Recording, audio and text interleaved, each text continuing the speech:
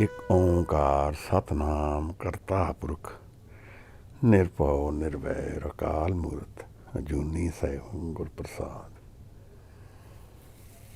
ਧੰਨ ਧੰਨ ਗੁਰੂ ਗ੍ਰੰਥ ਸਾਹਿਬ ਜੀ ਮਹਾਰਾਜ। ਧੰਨ ਗੁਰੂ ਗੋਬਿੰਦ ਸਿੰਘ ਸਾਹਿਬ ਸੱਚੇ ਪਾਤਸ਼ਾਹ। ਨਦਰ ਕਰ ਦਿਓ ਮਹਾਰਾਜ, ਭੂਲ ਛਿਮੋ ਹਮਰੀ ਪ੍ਰਭਾਪਨ, ਭੂਲਨਹਾਰ ਕਾਂ ਕੋ ਮੋਸੋ। ਵਾਹਿਗੁਰੂ ਜੀ। ਧੰਨ ਗੁਰੂ ਨਾਨਕ ਸਾਹਿਬ ਪਾਤਸ਼ਾਹ ਦਰਵੇਸ਼ ਮਹਾਰਾਜ। ਧੰਨ ਗੁਰੂ ਨਾਨਕ ਸਾਹਿਬ ਜੀ ਮਹਾਰਾਜ, ਕਿਰਪਾ ਕਰੋ ਹਜ਼ੂਰ। ਵਾਹਿਗੁਰੂ ਜੀ ਕਾ ਖਾਲਸਾ, ਵਾਹਿਗੁਰੂ ਜੀ ਕੀ ਫਤਿਹ।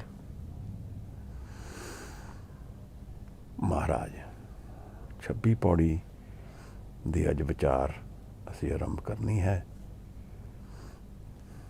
ਆਪ ਗੁਰੂ ਸਾਹਿਬ ਕਿਰਪਾ ਰੱਖਣ, ਨਜ਼ਰ ਕਰਨ,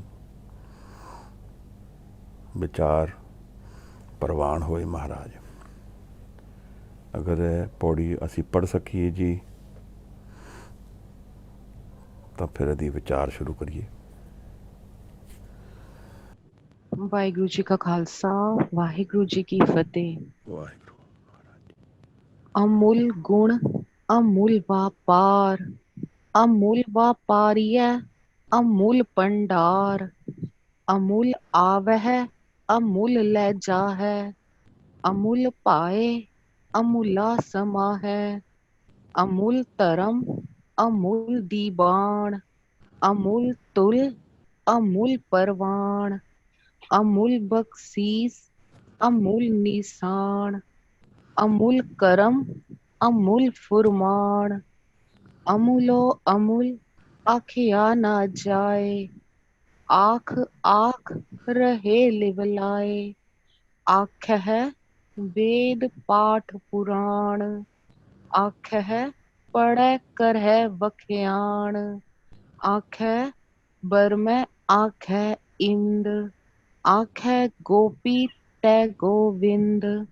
ਆਖਹਿ ਈਸਰ ਆਖਹਿ ਸਿੱਧ, ਆਖਹਿ ਕੇਤੇ ਕੀਤੇ ਬੁੱਧ। ਆਖਹਿ ਦਾਨਵ ਆਖਹਿ ਦੇਵ, ਆਖਹਿ ਸੁਰ ਨਰ ਮੁਨ ਜਨ ਸੇਵ। ਕੇਤੇ ਆਖਹਿ ਆਖਣ ਪਾਹੈ, ਕੇਤੇ ਕਹਿ ਕਹਿ ਉਠ ਉਠ ਜਾਹੈ। ਏਤੇ ਏਤੇ ਕੀਤੇ ਹੋਰ ਕਰਹਿ, ਤਾਂ ਆਖ ਨ ਸਕਹਿ ਕੇਈ ਕੇ। ਜੇ ਵਡ ਭਾਵੈ ਤੇ ਵਡ ਹੋਏ, ਨਾਨਕ ਜਾਣੈ ਸਾਚਾ ਸੋਏ। ਜੇ ਕੋ ਆਖੈ ਬੋਲ ਵਿਗਾੜ, ਤਾਂ ਲਿਖੀਐ ਸਿਰ ਗਾਵਾਰਾ ਗਾਵਾਰ। ਵਾਹਿਗੁਰੂ ਜੀ। ਬੀਬਾ ਮੈਂ ਬੇਨਤੀ ਕਰਾਂਗਾ ਕਿ ਦੋ ਦੋ ਪੰਕਤੀ ਕਰਕੇ ਮੈਂ ਇਹਦੀ ਵਿਚਾਰ ਸ਼ੁਰੂ ਕਰਦਾ ਵਾਂ। ਤੁਸੀਂ ਦੋ ਦੋ ਪੰਕਤੀ ਕਰਤੇ ਫਿਰ ਪੜ੍ਹਦੇ ਜਾਣਾ, ਥੋੜ੍ਹਾ ਜਿਹਾ ਸੌਖਾ ਹੋ ਜਾਏਗਾ, ਕਿਉਂਕਿ ਇਹ ਪੌੜੀ ਥੋੜ੍ਹੀ ਲੰਬੀ ਹੈ। ਪੂਰਮ ਬ੍ਰਹਮ ਗਿਆਨੀ ਦੀ ਅਵਸਥਾ ਨੂੰ ਜਾਣਨਾ ਬੜਾ ਮੁਸ਼ਕਿਲ ਹੈ। ਪ੍ਰੇਮ ਦੀ ਧਿਆਨ ਦੀ ਅਵਸਥਾ ਵਿੱਚ ਜੋ ਦਰਸ਼ਨ ਹਨ, ਉਹਨਾਂ ਨੂੰ ਦੁਨੀਆਵੀ ਪੱਖ ਵਿੱਚ ਦੱਸਣਾ ਵੀ ਬਹੁਤ ਮੁਸ਼ਕਿਲ ਹੈ। ਜਪਜੀ ਸਾਹਿਬ ਦੇ ਆਰੰਭ ਵਿੱਚ ਮਹਾਰਾਜ ਸਾਨੂੰ ਕਹਿੰਦੇ ਹਨ ਕਿ ਹੁਕਮ ਦੀ ਗੱਲ ਕੀਤੀ ਨਹੀਂ ਜਾ ਸਕਦੀ, ਫਿਰ ਵੀ ਉਹ ਹੁਕਮ ਦੀ ਗੱਲ ਸਮਝਾਉਣ ਦਾ ਯਤਨ ਕਰਦੇ ਹਨ। ਇਹ ਦੁਨੀਆ ਮਲਟੀਪਲ ਡਾਇਮੈਂਸ਼ਨਸ ਦੀ ਬਣੀ ਹੈ। ਉਹਨਾਂ ਡਾਇਮੈਂਸ਼ਨਸ ਨੂੰ ਅਸੀਂ ਜਾਣਦੇ ਹਾਂ ਕਿਉਂਕਿ ਅਸੀਂ ਜੀਂਦੇ ਹਾਂ, ਪਰ ਉਹਨਾਂ ਬਾਰੇ ਅਵੇਅਰ ਨਹੀਂ ਹਾਂ। ਇਹ ਬੜੀ ਮੰਨੀ ਹੋਈ ਗੱਲ ਹੈ, ਬਾਣੀ ਵੀ ਸਾਨੂੰ ਦੱਸਦੀ ਹੈ ਕਿ ਜੇ ਪਿੰਡੇ ਸੋਈ ਬ੍ਰਹਮੰਡੇ, ਕਿ ਪਿੰਡ ਨੂੰ ਜਾਣ ਲਿਆ ਤਾਂ ਬ੍ਰਹਮੰਡ ਦੇ ਵਿੱਚ ਵੀ ਉਹੀ ਰੂਲਸ ਚੱਲਦੇ ਹਨ, ਉਹਨੂੰ ਵੀ ਜਾਣ ਲਿਆ। ਗੱਲ ਕੀ ਹੈ ਕਿ ਮਹਾਰਾਜ ਨੇ ਸਾਨੂੰ ਪਿਛਲੀ ਪੌੜੀ ਵਿੱਚ ਇੱਕ ਦਰਸ਼ਨ ਕਰਾਏ, ਜਿਹਦੇ ਵਿੱਚ ਉਹਨਾਂ ਨੇ ਸਾਨੂੰ ਦੱਸਿਆ ਕਿ ਨਾਮ ਦੀ ਗੱਲ ਦੇ ਉੱਤੇ ਜੋ ਚੱਲੇਗਾ ਉਹ ਕਿਵੇਂ ਰਹੇਗਾ। ਮੈਂ ਉੱਥੋਂ ਆਪ ਦਾ ਧਿਆਨ ਅੱਗੇ ਲਿਆਉਂਦਾ ਵਾਂ ਕਿ ਜਿਹੜਾ ਸੁਰਤ ਕਰਕੇ ਉਹਦੇ ਦਰਸ਼ਨਾਂ ਦੇ ਸਾਹਮਣੇ ਸਨਮੁਖ ਹੋ ਜਾਏਗਾ, ਉਹਨੂੰ ਫਿਰ ਇਹੋ ਜਿਹੇ ਦਰਸ਼ਨ ਹੋਣਗੇ ਜੋ ਸਾਹਿਬ ਸਾਨੂੰ ਦੱਸ ਰਹੇ ਹਨ। ਦਰਅਸਲ ਉਹ ਬਿਆਨ ਤੋਂ ਪਰੇ ਹੈ। ਬਿਆਨ ਤੋਂ ਪਰੇ ਦੀ ਗੱਲ ਨੂੰ ਸ਼ਬਦਾਂ ਵਿੱਚ ਕਹਿਣ ਦਾ ਯਤਨ ਆਪਣੇ ਆਪ ਵਿੱਚ ਇੱਕ ਬਹੁਤ ਉਲਝਣ ਕ੍ਰੀਏਟ ਕਰਦਾ ਹੈ। ਪਰ ਸਾਨੂੰ ਇਹ ਸਮਝਣਾ ਔਰ ਜਾਣ ਲੈਣ ਨਾਲ ਕੁਝ ਸਿਧਾਂਤ ਪ੍ਰਗਟ ਹੁੰਦੇ ਨੇ ਜਿਹੜੇ ਸਾਨੂੰ ਸਾਡੇ ਰਾਹ ਵਿੱਚ ਸਹਿਯੋਗੀ ਹੋਣਗੇ। ਦੇਖੋ, ਗੱਲ ਕੀ ਹੈ ਕਿ ਇਹ ਸਾਰਾ ਪਸਾਰਾ ਅਸੀਂ ਮਨ ਤੋਂ ਜਾਣਨਾ ਹੈ, ਔਰ ਮਨ ਨੂੰ ਨਾ ਜਾਣਿਆ ਤਾਂ ਫਿਰ ਕੁਛ ਵੀ ਨਾ ਜਾਣਿਆ।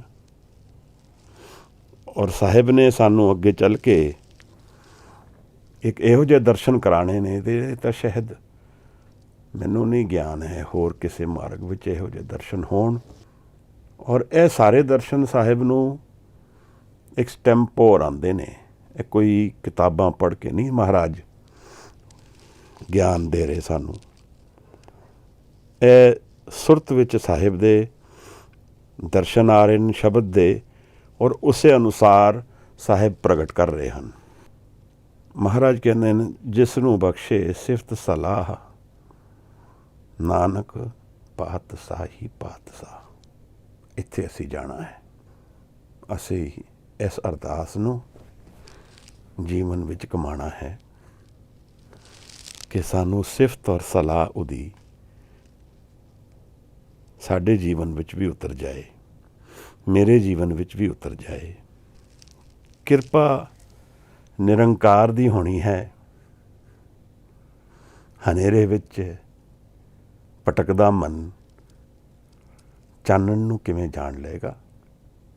ਹਨੇਰੇ ਵਿੱਚ ਵਿਆਕੁਲ ਪਰੇਸ਼ਾਨ, ਆਪਣੀ ਕਮਜ਼ੋਰੀਆਂ ਤੋਂ ਦੱਬਿਆ ਹੋਇਆ, ਆਪਣੇ ਮੁਸੀਬਤਾਂ ਨੂੰ ਜਾਣਦਾ ਹੋਇਆ ਇੱਕ ਇਹੋ ਜਿਹੇ ਭਾਰ ਦੇ ਥੱਲੇ ਦੱਬਿਆ ਹੈ ਜਿੱਥੇ ਉਡਾਰੀ ਸ਼ਾਇਦ ਮੁਸ਼ਕਿਲ ਹੈ।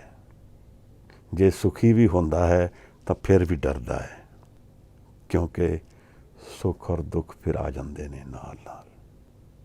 ਐਸਾ ਇੱਕ ਰੋਗ ਹੋ ਗਿਆ ਹੁਣ ਦੁਨੀਆ ਵਿੱਚ ਕਿ ਕੁਝ ਲੋਕ ਤਾਂ ਦੁੱਖ ਨੂੰ ਹੀ ਆਪਣਾ ਜੀਵਨ ਬਣਾ ਕੇ ਚੱਲਦੇ ਹਨ। ਉਹਨਾਂ ਨੂੰ ਆਸ ਹੀ ਖਤਮ ਹੋ ਗਈ। ਮਹਾਰਾਜ ਆਪਣੀ ਕਿਰਪਾ ਕਰਨ। ਧੰਨ ਗੁਰੂ ਅਮਰਦਾਸ ਸਾਹਿਬ ਇੱਕ ਉਪਦੇਸ਼ ਗੋਇੰਦਵਾਲ ਤੋਂ ਬੜਾ ਪਿਆਰਾ ਕਰਦੇ ਸਨ। ਕਿਤਨਾ ਅਪਾਰ ਹਿਰਦੇ ਹੈ, ਕਿਤਨਾ ਪ੍ਰੇਮ ਨਾਲ ਭਰਿਆ ਹੈ, ਕਿਤਨਾ ਆਨੰਦ ਨਾਲ ਭਰਿਆ ਹੈ। ਸ਼ਬਦਾਂ ਚੋਂ ਦਰਸ਼ਨ ਚੋਂ ਮਿਲਦੇ ਹਨ। ਇਹ ਗਿਆਨ ਮਿਲਦਾ ਹੈ ਸਾਹਿਬ ਬਾਰੇ। ਮੌਤ ਦੇ ਘੜੀ ਤੇ ਵੀ ਖੜੇ ਹੋਏ ਕਹਿੰਦੇ ਹਨ, ਮਤ ਕੋਈ ਪਿੱਛੋਂ ਰੋਵ ਸੀ। ਇਹ ਲੱਛਣ ਹਨ ਜਿਸ ਨੂੰ ਸਦਾ ਵਿਗਾਸ ਮਿਲ ਗਿਆ। ਮੌਤ ਦੇ ਦਰਵਾਜ਼ੇ ਤੇ ਖੜਾ ਕੋਈ ਇਹੋ ਜਿਹੇ ਬਚਨ ਕਰ ਪਾਏਗਾ ਕਦੇ? ਕੋਈ ਬੜੇ ਪ੍ਰੇਮ ਨਾਲ ਜਿਵੇਂ ਸੱਤ ਦੀ ਬਾਣੀ ਸਾਨੂੰ ਪ੍ਰਗਟ ਕੀਤੀ ਹੈ, ਕੋਈ ਇਸ ਤਰ੍ਹਾਂ ਦੀ ਬਾਣੀ ਪ੍ਰਗਟ ਕਰ ਪਾਏਗਾ? ਦੁਨੀਆ ਦੇ ਪੱਖ ਤੋਂ ਅਸੀਂ ਹਰ ਚੀਜ਼ ਦਾ ਮੁੱਲ ਪਾਉਣਾ ਚਾਹੁੰਦੇ ਹਾਂ। ਬਾਜ਼ਾਰ ਹੈ ਦੁਨੀਆ, ਇੱਥੇ ਸਭ ਕੁਝ ਵਿਕਦਾ ਹੈ। ਇੱਥੇ ਪ੍ਰੇਮ ਦੇ ਵੀ ਮੁੱਲ ਪਾਇਆ ਜਾਣ ਦੀ ਯਤਨ ਕੀਤਾ ਜਾਂਦਾ ਹੈ। ਕਈ ਵਿਆਹ ਹੁੰਦੇ ਨੇ, ਉਹਨਾਂ ਵਿੱਚ ਹੀ ਮੁੱਲ ਪੈ ਜਾਂਦਾ ਹੈ। ਵਿਆਹ ਤੋਂ ਪਹਿਲੇ ਹੀ ਇੱਕ ਡਾਕੂਮੈਂਟ ਬਣ ਜਾਂਦਾ ਹੈ ਕਿ ਜਦੋਂ ਸੈਪਰੇਸ਼ਨ ਹੋਏਗੀ ਤੇ ਕੀ ਵੰਡਿਆ ਜਾਏਗਾ, ਕਿਵੇਂ ਹੋਏਗਾ। ਵੈਸਾ ਤਾਂ ਪ੍ਰੇਮ ਦੀ ਗੱਲ ਕਰਦੇ ਆ, ਵਿਆਹ ਨਾਲ ਮਿਲਣ ਦੀ ਗੱਲ ਹੈ, ਪਰ ਬਾਜ਼ਾਰ ਵਿੱਚ ਹਰ ਚੀਜ਼ ਦਾ ਮੁੱਲ ਪੈ ਗਿਆ। ਇਹ ਮਨ ਦੀ ਅਵਸਥਾ ਦੱਸਦਾ ਹੈ। ਜਦ ਮੇਰੀ ਮਨ ਦੀ ਅਵਸਥਾ ਬਾਜ਼ਾਰੂ ਹੋ ਗਈ ਤਾਂ ਹਰ ਚੀਜ਼ ਦਾ ਮੁੱਲ ਬਾਜ਼ਾਰ ਵਿੱਚ ਪੈ ਗਿਆ। ਸਭ ਕੁਝ ਵਿਕਣ ਨੂੰ ਤਿਆਰ ਹੋ ਗਿਆ। ਇਸ ਤੋਂ ਉਲਟ ਕਹਾਣੀ ਇਸ ਸ਼ਬਦ ਵਿੱਚ ਦਰਸ਼ਨ ਦੇ ਰਹੀ ਹੈ ਸਾਨੂੰ। ਇਸ ਤੋਂ ਬਿਲਕੁਲ ਬਹੁਤ ਵਿਪਰੀਤ ਇੱਕ ਬਹੁਤ ਉੱਚੀ ਉਡਾਰੀ ਹੈ। ਕੀ ਮੁੱਲ ਪਾਏਗਾ? ਸਾਹਿਬ ਤਾਂ ਪ੍ਰੇਮ ਵਿੱਚ ਰੁੱਝੇ ਹਨ। ਇਵੇਂ ਲੱਗਦਾ ਹੈ ਜਿਵੇਂ ਇਹ ਪ੍ਰੇਮ ਤੋਂ ਉਜਾਗਰ ਹੋ ਕੇ ਪੂਰੀ ਪੌੜੀ ਚੱਲ ਰਹੀ ਹੈ, ਕਿਉਂਕਿ ਪ੍ਰੇਮ ਵਿੱਚ ਕਿਸੇ ਚੀਜ਼ ਦਾ ਮੁੱਲ ਨਹੀਂ ਹੈ ਜੀ। ਮਨਸੂਰ ਨੂੰ ਕੱਟ ਰਹੇ ਹਨ ਤੇ ਉਹਦਾ ਇੱਕ ਡਾਇਲੌਗ ਚੱਲਦਾ ਹੈ। ਉਹਨੂੰ ਪੁੱਛਦੇ ਹਨ ਕਿ ਮਨਸੂਰ ਫਿਰ ਪ੍ਰੇਮ ਦੀ ਹੱਦ ਤਾਂ ਦੱਸ। ਤਾਂ ਮਨਸੂਰ ਕਹਿੰਦਾ ਹੈ, ਪ੍ਰੇਮ ਬੇਹੱਦ ਹੈ ਭਾਈ, ਬਿਨਾਂ ਹੱਦ ਦੇ ਹੈ, ਨਿਰੰਕਾਰ ਦਾ ਪ੍ਰਗਟਾਵਾ ਹੈ। ਇਸ ਪ੍ਰੇਮ ਵਿੱਚ ਸਭ ਕੁਝ ਬਹਿ ਜਾਂਦਾ ਹੈ। ਮੇਰੇ ਕਰਮ ਬਹਿ ਜਾਂਦੇ ਹਨ, ਮੇਰੀ ਪਰੇਸ਼ਾਨੀਆਂ ਬਹਿ ਜਾਂਦੀਆਂ ਹਨ, ਮੇਰੀ ਵਿਆਕੁਲਤਾ ਚਲੀ ਜਾਂਦੀ ਹੈ, ਮੇਰਾ ਦੁਐਤ ਚਲਾ ਜਾਂਦਾ ਹੈ। ਗੁਰੂ ਦੇ ਦਰਸ਼ਨ ਪ੍ਰੇਮ ਵਿੱਚ ਹਨ। ਉਸ ਦਿਨ ਕੋਈ ਪੁੱਛਦਾ ਸੀ ਮੈਨੂੰ, ਪ੍ਰੇਮ ਕਿੱਥੇ ਲੱਭੀਏ, ਕਿਵੇਂ ਲੱਭੀਏ? ਜਵਾਬ ਤਾਂ ਬੜਾ ਸੌਖਾ ਹੈ, ਪਰ ਕਰਨਾ ਬਹੁਤ ਔਖਾ ਹੈ। ਆਪਣੇ ਆਪ ਨੂੰ ਤਿਆਗ ਦੇਈਏ, ਮਨ ਨੂੰ, ਜਿਹੜਾ ਮਨ ਮੇਰਾ ਗੁਣਾਂ ਦੇ ਨਾਲ ਭਰਿਆ ਹੈ, ਅਵਗੁਣ ਤਿੰਨਾਂ ਗੁਣਾਂ ਦਾ ਜਿਹੜਾ ਦਰਸ਼ਨੀ ਹੈ, ਉਹ ਮਨ ਤਿਆਗਿਆ ਜਾਏ। ਮੈਂ ਆਪਣੇ ਮਨ ਨੂੰ ਅਰਪਣ ਕਰ ਦਿਆਂ ਗੁਰੂ ਨੂੰ। ਦਰਅਸਲ ਸਾਰੀ ਗੱਲ ਹੀ ਸਿੱਖੀ ਦੀ ਇਹ ਹੈ, ਧਨ ਤਾਂ ਦੇਣਾ ਬੜਾ ਸੌਖਾ ਹੈ, ਔਰ ਧਨ ਦੇ ਕੇ ਹੰਕਾਰ ਵੀ ਬੜਾ ਆ ਜਾਂਦਾ ਹੈ। ਅਗਰ ਪ੍ਰੇਮ ਵਿੱਚ ਨਾ ਦਿੱਤਾ ਗਿਆ ਤਾਂ ਧਨ ਹੰਕਾਰ ਹੀ ਬਣੇਗਾ। ਧਨ ਦੇਣ ਦਾ ਕਾਰਨ ਹੰਕਾਰ ਹੀ ਬਣੇਗਾ। ਜੋ ਪ੍ਰੇਮ ਵਿੱਚ ਦਿੱਤਾ ਗਿਆ ਮਹਾਰਾਜ, ਤਾਂ ਉਹ ਪ੍ਰੇਮ ਬਣ ਗਿਆ। ਉਹਨੇ ਮੇਰੇ ਮਨ ਨੂੰ ਵੀ ਰੰਗ ਦਿੱਤਾ, ਉਹਨੇ ਗੁਰੂ ਨੂੰ ਵੀ ਪ੍ਰੇਮ ਨਾਲ ਮੇਰੇ ਨਾਲ ਜੋੜ ਦਿੱਤਾ। ਭਾਈ ਮੰਝ ਦੀ ਕਥਾ ਕਿਤਨੀ ਨਿਰਾਲੀ ਹੈ। ਖੂਹ ਤੇ ਕੜੇ ਸਾਹਿਬ ਕਹਿੰਦੇ ਨੇ, ਮੰਝ ਉੱਪਰ ਆ, ਰਾਤ ਦੇ ਹਨੇਰੇ ਵਿੱਚ ਨੰਗੇ ਪੈਰੀ ਗੁਰੂ ਅਰਜਨ ਸਾਹਿਬ, ਮੰਝ ਉੱਪਰ ਆ। ਖੂਹ ਦੇ ਵਿੱਚ ਗਿਰਿਆ ਮੰਝ। ਭਾਈ ਮੰਝ ਕਹਿੰਦੇ, ਨਹੀਂ, ਮੇਰੀ ਲੱਖਣਾ ਪਹਿਲੇ ਕੱਢੋ। ਅਮੁੱਲ ਗੁੱਲ ਹੈ ਭਾਈ, ਇਹਦਾ ਕੀ ਮੁੱਲ ਪਾਵਾਂਗੇ? ਗੁਰੂ ਅਰਜਨ ਲੱਕੜਾ ਪਹਿਲੇ ਕੱਢਦੇ ਹਨ। ਇੱਥੇ ਵਪਾਰ ਹੋ ਰਿਹਾ ਹੈ, ਬੜਾ ਅਜੀਬ ਤਰ੍ਹਾਂ ਦਾ ਵਪਾਰ ਹੈ। ਦੁਨੀਆ ਹੀ ਬਹਿ ਗਈ ਹੈ, ਬਾਜ਼ਾਰ ਹੀ ਮੁੱਕ ਗਿਆ ਹੈ। ਮੇਰਾ ਮਨ ਹੀ ਖਤਮ ਹੋ ਗਿਆ ਹੈ, ਜਿੱਥੇ ਗੁਰੂ ਦਾ ਪ੍ਰੇਮ ਸ਼ੁਰੂ ਹੁੰਦਾ ਹੈ। ਭਾਈ ਮੰਝ ਸਭ ਕੁਝ ਤਿਆਗ ਕੇ ਗੁਰੂ ਦੇ ਪ੍ਰੇਮ ਨੂੰ ਇਸ ਤਰ੍ਹਾਂ ਅਪਣਾ ਲਏ ਹਨ ਕਿ ਗੁਰੂ ਦੇ ਵਰਗੇ ਇੱਕ ਮਨ ਹੋ ਗਏ ਹਨ। ਐਸੇ ਕਰਕੇ ਰਾਤ ਦੇ ਹਨੇਰੇ ਵਿੱਚ ਭਾਈ ਮੰਝ ਦੀ ਆਵਾਜ਼ ਨਿਕਲੀ ਹੈ ਖੂਹ ਚੋਂ, ਔਰ ਗੁਰੂ ਸਾਹਿਬ ਕਿਤਨੀ ਦੂਰ ਤੋਂ ਭੱਜ ਕੇ ਆ ਰਹੇ ਹਨ, ਕਿਉਂਕਿ ਮਨ ਇੱਕੋ ਹੀ ਹੈ, ਦੋ ਮਨ ਨਹੀਂ ਰਹਿ ਗਏ ਹਨ। ਇਹਦਾ ਕੀ ਮਤਲਬ ਹੈ? ਦਰਅਸਲ ਭਾਈ ਮੰਝ ਦੀ ਪੁਕਾਰ ਕਿਵੇਂ ਪਹੁੰਚਦੀ ਹੈ ਗੁਰੂ ਅਰਜਨ ਸਾਹਿਬ ਕੋਲ? ਇੱਕ ਮਨ ਕਿਵੇਂ ਹੋ ਜਾਂਦਾ ਹੈ? ਗੁਰੂ ਔਰ ਸਿੱਖ ਦਾ ਇਤਨਾ ਨੇੜਤਾ ਕਿਵੇਂ ਸਾਹਿਬ ਦੀ ਹੋ ਜਾਂਦੀ ਹੈ ਕਿ ਗੁਰੂ ਸੰਕਲਪ ਨੂੰ ਵੀ ਜਾਣ ਲੈਂਦਾ ਹੈ ਔਰ ਸਿੱਖ ਦੇ ਵਿਕਲਪ ਨੂੰ ਵੀ ਜਾਣ ਲੈਂਦਾ ਹੈ। ਸਿੱਖ ਆਪਣਾ ਮਨ ਵੇਚ ਚੁੱਕਿਆ ਗੁਰੂ ਨੂੰ, ਉਹਦੀ ਹਰ ਵਿਚਾਰ ਗੁਰੂ ਕੋਲ ਪ੍ਰਗਟ ਹੈ, ਔਰ ਗੁਰੂ ਵੀ ਸਿੱਖ ਦਾ ਇਸ ਤਰ੍ਹਾਂ ਧਿਆਨ ਕਰਦੇ ਹਨ ਜਿਵੇਂ ਕੋਈ ਕਿਸੇ ਨੂੰ ਅਸੀਮ ਪਿਆਰ ਦੇ ਰਿਹਾ ਹੋਏ।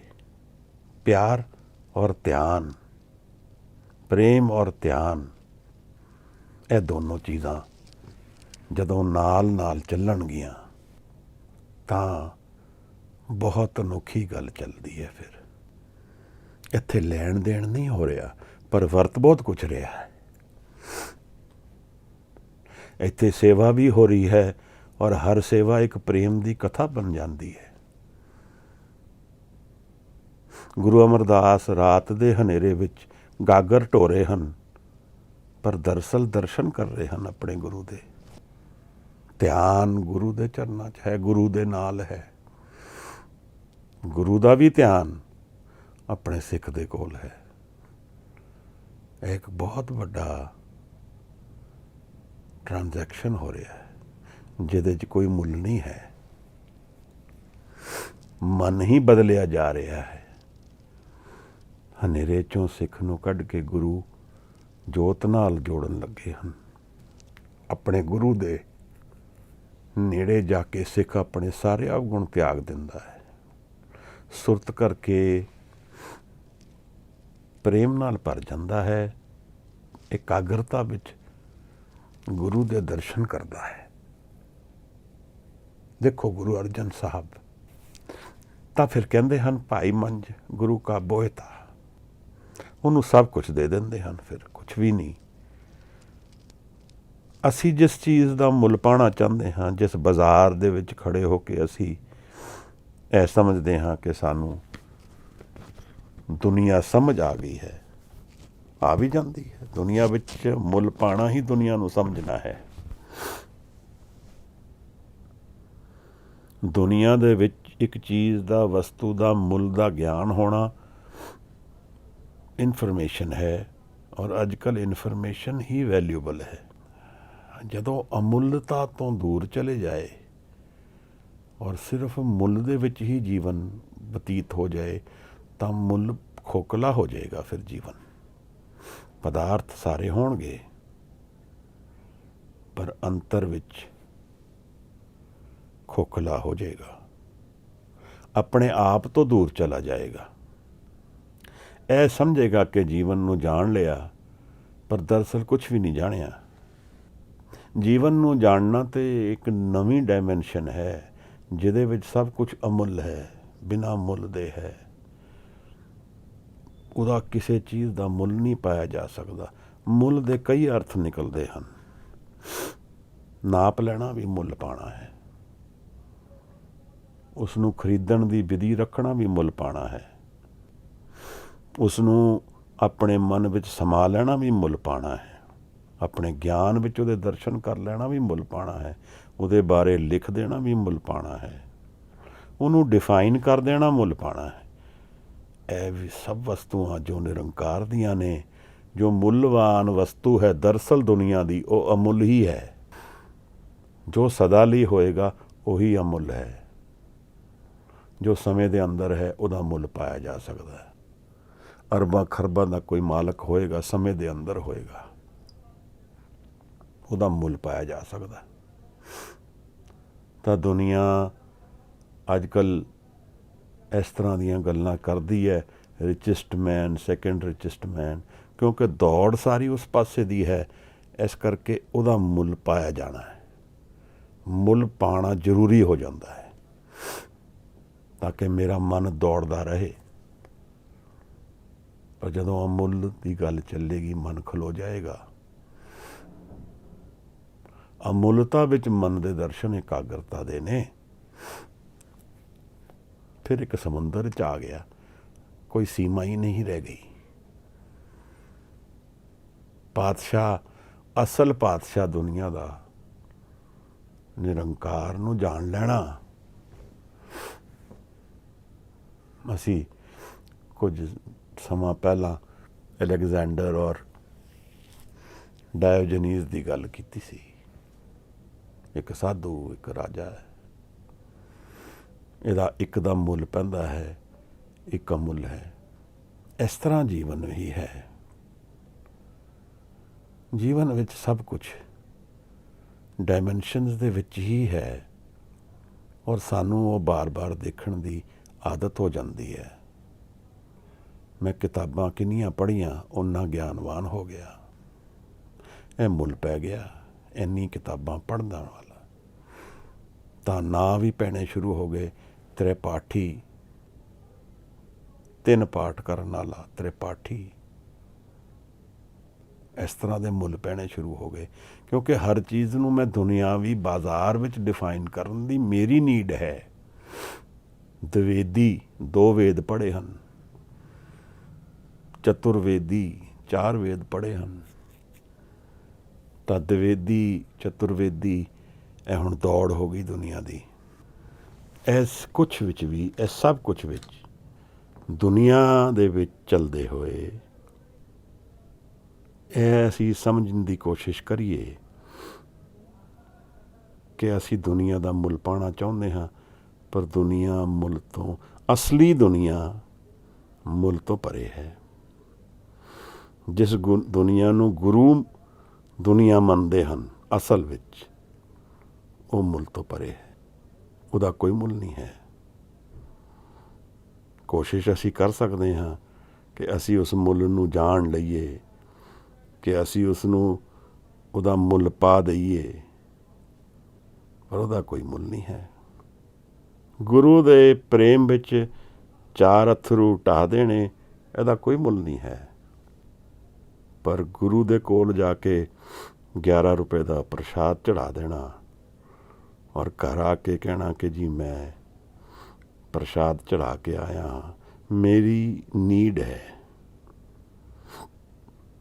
ਇਹ ਮੇਰੀ ਨੀਡ ਹੈ। ਗੁਰਦੁਆਰੇ ਵਿੱਚ ਮਨ ਵੇਚੇ ਔਰ ਖਰੀਦੇ ਜਾਂਦੇ ਹੈ, ਇੱਥੇ ਕੋਈ ਮਨ ਨਹੀਂ ਵੇਚਦਾ ਪਿਆ। ਉੱਥੇ ਆਪਣੇ ਆਪ ਨੂੰ ਵੇਚ ਕੇ ਜਾਂਦਾ ਹੈ ਸਿੱਖ, ਦਿਖਦਾ ਨਹੀਂ ਹੈ। ਤੁਸੀਂ ਔਰ ਮੈਂ ਜਾਣ ਨਹੀਂ ਪਾਵਾਂਗੇ ਕਿਤਨੇ ਪ੍ਰੇਮ ਨਾਲ ਉਹ ਸਿੱਖ ਭਰ ਗਿਆ, ਕਿਤਨਾ ਉਸ ਨੂੰ ਪ੍ਰੇਮ ਦੇ ਰਾਹੀਂ ਗਿਆਨ ਹੋ ਗਿਆ, ਕਿਤਨਾ ਆਪਣੇ ਆਪ ਨੂੰ ਉਹਨੇ ਜਾਣ ਲਿਆ। ਅਸੀਂ ਐਸੇ ਚੀਜ਼ ਨੂੰ ਸਮਝਣ ਦੀ ਕੋਸ਼ਿਸ਼ ਕਰੀਏ ਕਿ ਜੀਵਨ ਜੋ ਹੈ ਉਹ ਕਿਸ ਡਾਇਮੈਂਸ਼ਨ ਵਿੱਚ ਮੁੱਲ ਰੱਖਦਾ ਹੈ, ਕਿਸ ਡਾਇਮੈਂਸ਼ਨ ਵਿੱਚ ਜੀਵਨ ਅਸਲ ਵਿੱਚ ਗੁਰੂ ਦੇ ਪ੍ਰਵਾਨ ਹੈ। ਅਸੀਂ ਤਾਂ ਇੱਕ ਡਾਇਮੈਂਸ਼ਨ ਜਾਣਦੇ ਹਾਂ, ਜਿਸ ਡਾਇਮੈਂਸ਼ਨ ਨੂੰ ਤੁਸੀਂ ਔਰ ਮੈਂ ਜੀਂਦੇ ਹਾਂ, ਰੋਜ਼ ਹੀ ਜੀਂਦੇ ਹਾਂ। ਇੱਥੇ ਦੇਖੋ ਗੁਰਦੁਆਰਿਆਂ ਦੇ ਵੀ ਮੁੱਲ ਪੈਣੇ ਸ਼ੁਰੂ ਹੋ ਗਏ। ਇੰਨਾ ਬਜਟ ਹੈ, ਇਤਨੇ ਕਰੋੜ ਦਾ ਗੁਰਦੁਆਰਾ ਹੈ। ਕਿੱਧਰ ਆ ਗਏ ਅਸੀਂ? ਆਪ ਅਗਰ ਥੋੜ੍ਹਾ ਜਿਹਾ ਗਹਿਨ ਰੂਪ ਵਿੱਚ ਗੁਰੂ ਸਾਹਿਬ ਦੇ ਜੀਵਨਾਂ ਨੂੰ ਵਿਚਾਰੀਏ ਤਾਂ ਕਿਸ ਚੀਜ਼ ਦਾ ਮੁੱਲ ਸਾਹਿਬ ਨੇ ਪਾਇਆ। ਨਗੀਨਾ ਘਾਟ ਇੱਕ ਘਾਟ ਹੈ, ਉੱਥੇ ਹਜ਼ੂਰ ਸਾਹਿਬ ਜਾਓ ਆਪ, ਜਿੱਥੇ ਨਗੀਨਾ ਹੀ ਸਿੱਟ ਦਿੱਤਾ ਨਦੀ 'ਚ। ਕੀ ਦੱਸਣਾ ਚਾਹੁੰਦੇ ਸਨ? ਕੋਈ ਨਗੀਨਾ ਉਸ ਦਾ ਮੁੱਲ ਨਹੀਂ ਪਾ ਸਕਦਾ।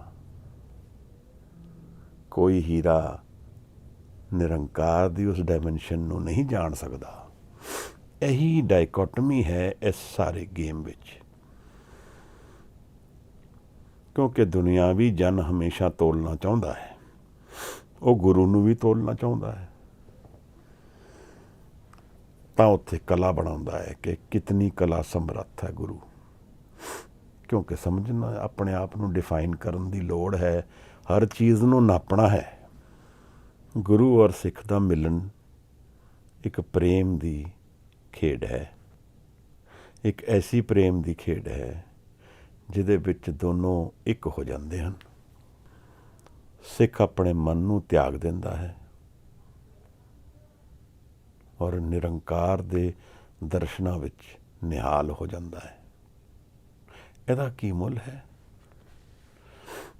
ਜਿਹੜੀ ਚੀਜ਼ ਮੁੱਲ ਵਿੱਚ ਪਾਈ ਜਾਂਦੀ ਹੈ ਉਹ ਲਈ ਜਾਏਗੀ ਸਾਡੇ ਤੋਂ।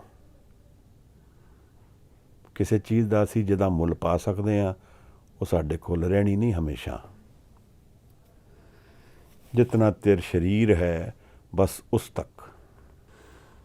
ਸਰੀਰ ਤੋਂ ਪਰੇ ਜਿਹੜੀ ਚੀਜ਼ ਸਾਡੇ ਨਾਲ ਰਹੇਗੀ ਉਹ ਸਾਹਿਬ ਨੇ ਸਾਨੂੰ ਦੱਸਿਆ ਹੈ, ਨਾਮ ਹੈ, ਉਹ ਅਮੁੱਲ ਵਸਤੂ ਹੈ। ਤਾਂ ਅਗਰ ਮੈਂ ਨਿਰੰਕਾਰ ਦੀ ਖਬਰ ਦੇਣੀ ਹੈ ਸਾਹਿਬ ਨੇ ਸਾਨੂੰ, ਤਾਂ ਇਸ ਪੌੜੀ ਵਿੱਚ ਦੱਸ ਰਹੇ ਹਨ ਕਿ ਜੀਵਨ ਦੀ ਉਹ ਵਸਤੂ ਜਿਹੜੀ ਅਸਲ ਵਿੱਚ ਅਸੀਂ ਕਮਾਣੀ ਹੈ, ਉਸ ਦੇਸ਼ ਵਿੱਚ ਜਿਸ ਚੀਜ਼ ਦਾ ਮੁੱਲ ਪੈਂਦਾ ਹੈ ਉਹ ਅਮੁੱਲ ਹੈ ਮਹਾਰਾਜ, ਉਹਦੇ 'ਚ ਕੋਈ ਮੁੱਲ ਨਹੀਂ ਪੈ ਸਕਦਾ। ਉਹਨੂੰ ਅਸੀਂ ਜੀਵਨ ਵਿੱਚ, ਬਾਜ਼ਾਰ ਵਿੱਚ ਨਹੀਂ ਜਾਣ ਪਾਵਾਂਗੇ। ਭਿਖਾਰੀ ਦੀ ਤਰ੍ਹਾਂ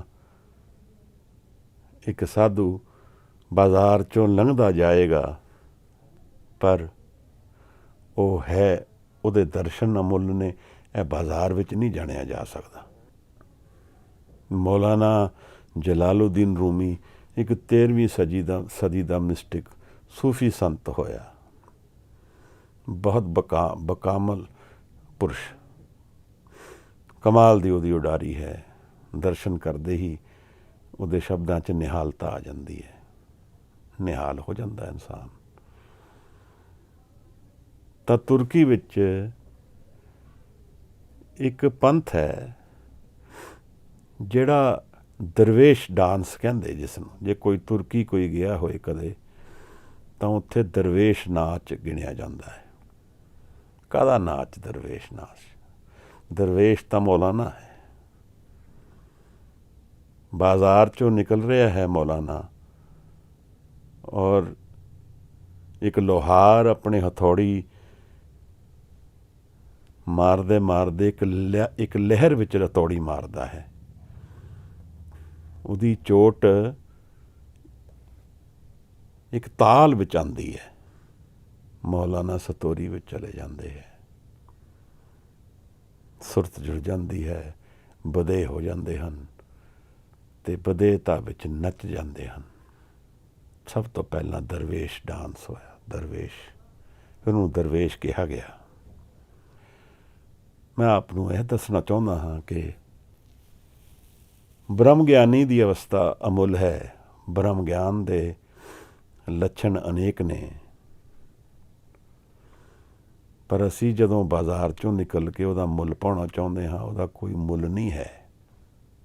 ਤਾਂ ਇੱਥੇ ਸਾਧੂਆਂ ਦਾ ਵੀ ਕੰਪੀਟੀਸ਼ਨ ਹੁੰਦਾ ਹੈ। ਇੱਥੇ ਇਹੋ ਜਿਹਾ ਬਾਜ਼ਾਰ ਹੈ ਜਿੱਥੇ ਅਧਿਆਤਮ ਵੀ ਵਿਕਦਾ ਹੈ। ਇੱਥੇ ਰੇਸ ਲੱਗਦੀ ਹੈ।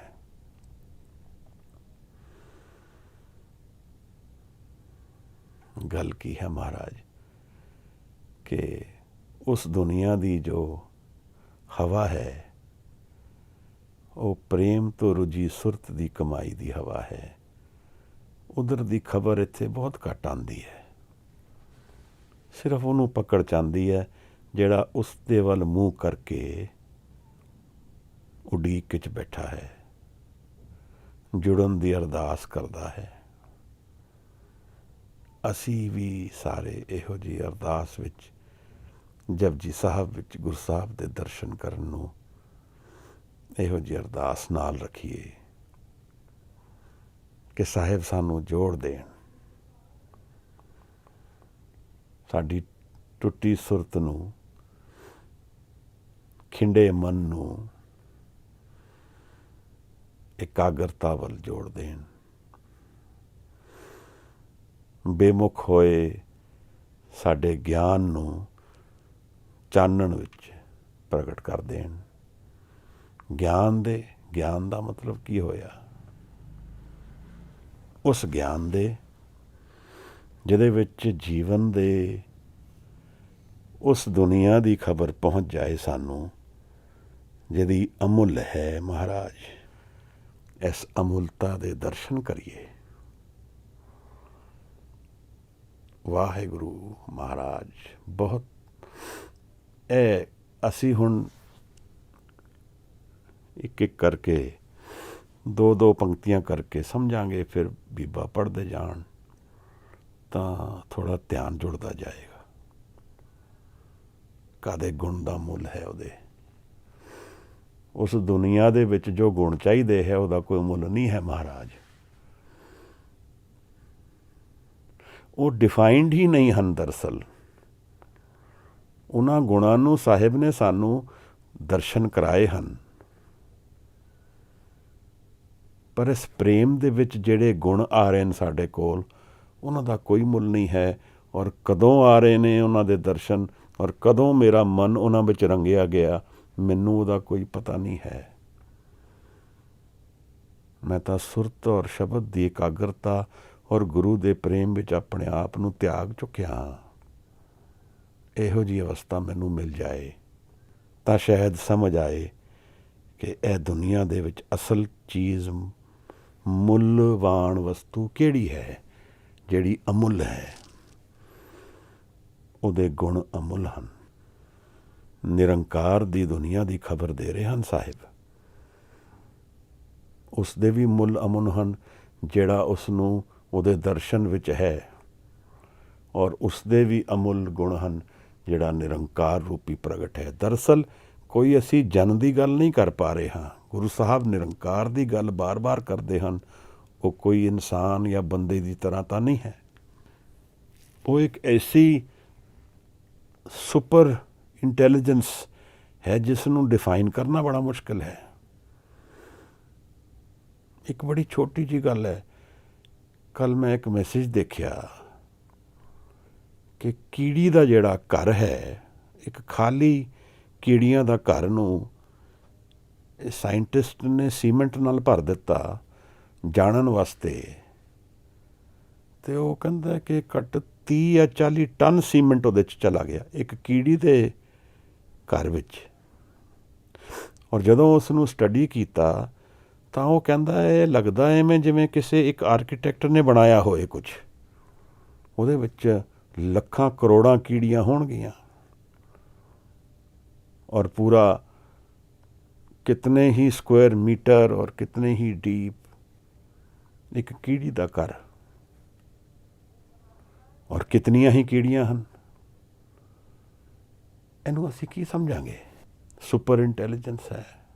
ਇੱਕ ਕੀੜੀ ਜਿਹੜੀ ਇੱਕ ਕੋਨੇ ਵਿੱਚ ਹੈ, ਉਹ ਦੂਜੀ ਕੀੜੀ ਦੂਜੇ ਕੋਨੇ 'ਚ ਕਿਵੇਂ ਜਾਣਦੀ ਹੈ ਕਿ ਉਹ ਕੀ ਬਣਾ ਰਹੀ ਹੈ, ਇਹ ਕੀ ਬਣਾ। ਉਹ ਕਹਿੰਦੇ ਲੱਗਦਾ ਐਵੇਂ ਜਿਵੇਂ ਇੱਕ ਇਨਸਾਨ ਨੇ ਬਣਾ, ਇੱਕ ਜਨ ਨੇ ਬਣਾ, ਇੱਕ ਬੀਇੰਗ ਨੇ ਬਣਾਇਆ ਹੋਏ ਸਾਰਾ। ਮਨ ਇੱਕੋ ਹੀ ਹੈ। ਇਵੇਂ ਲੱਗਦਾ ਜਿਵੇਂ ਮਨ ਇੱਕੋ ਹੈ। ਇਹਦਾ ਕੀ ਮੁੱਲ ਪਾਵਾਂਗੇ ਅਸੀਂ? ਕੌਣ ਪਾ ਸਕਦਾ ਹੈ? ਐਸੀ ਕੀੜੀ ਦੀ ਗੱਲ ਕਰਦੇ ਹਾਂ। ਇੱਕ ਚੀਂਟੀ ਦੀ ਇਹ ਇੰਨੀ ਐਵੋਲੂਸ਼ਨ ਹੈ। ਤੁਸੀਂ ਮਿੱਠਾ 6 ਡਿੱਬੀਆਂ ਦੇ ਅੰਦਰ ਮਿੱਠਾ ਪਾ ਦਿਓ, ਕੀੜੀ ਨੂੰ ਪਤਾ ਹੈ ਉੱਥੇ ਹੈ। ਤੁਹਾਨੂੰ ਔਰ ਮੈਨੂੰ ਨਹੀਂ ਗਿਆਨ ਹੈ। ਉਸ ਦੁਨੀਆ ਦੀ ਖਬਰ ਅਮੁੱਲ ਹੈ। ਸਾਹਿਬ ਸਾਨੂੰ ਉਸ ਦੁਨੀਆ ਵੱਲ ਪ੍ਰੇਰ ਰਹੇ ਹਨ। ਹਜ਼ੂਰ ਦਰਸ਼ਨ ਕਰਦੇ ਹਨ ਨਿਰੰਕਾਰ ਦੇ, ਔਰ ਨਿਰੰਕਾਰ ਦੇ ਦਰਸ਼ਨ ਵਿੱਚ ਸਾਹਿਬ ਉਹਨਾਂ ਸਥਾਨਾਂ ਦਾ ਹਵਾਲਾ ਦੇ ਰਹੇ ਹਨ ਸਾਨੂੰ, ਜਿਨ੍ਹਾਂ ਦੀ ਗੱਲ ਕਰਨਾ ਬੜਾ ਮੁਸ਼ਕਿਲ ਹੈ। ਪਰ ਸਾਹਿਬ ਕਿਵੇਂ ਕਰਦੇ ਹਨ? ਕਿਉਂਕਿ ਸਾਹਿਬ ਦੇ ਵਿੱਚ ਇਕਾਗਰ ਸੁਰਤ ਹੈ, ਔਰ ਮਨ ਵਿੱਚ ਦਰਸ਼ਨ ਹਨ। ਬਾਣੀ ਆਉਂਦੀ ਹੈ, ਮਰਦਾਨਾ ਜੀ ਰਬਾਬ ਵਜਾਉਂਦੇ ਹਨ। ਆਓ ਰਬਾਬ ਉਠਾਈਏ, ਬਾਣੀ ਆ ਰਹੀ ਹੈ। ਤਾਂ ਮਹਾਰਾਜ ਮੈਨੂੰ ਇਉਂ ਲੱਗਦਾ ਜਿਵੇਂ ਬਾਂਗ ਮਾਰਦੇ ਹੋਣ, ਜਿਵੇਂ ਉਸ ਦੁਨੀਆ ਤੋਂ ਸਾਨੂੰ ਖਬਰ ਦਿੰਦੇ ਹੋਣ। ਦੁਨੀਆ ਦਾ ਮੁੱਲ ਪਾ ਲਓਗੇ ਸਿੱਖੋ, ਅਮੁੱਲਤਾ ਜਾਣ ਦੀ ਕੋਸ਼ਿਸ਼ ਕਰੋ।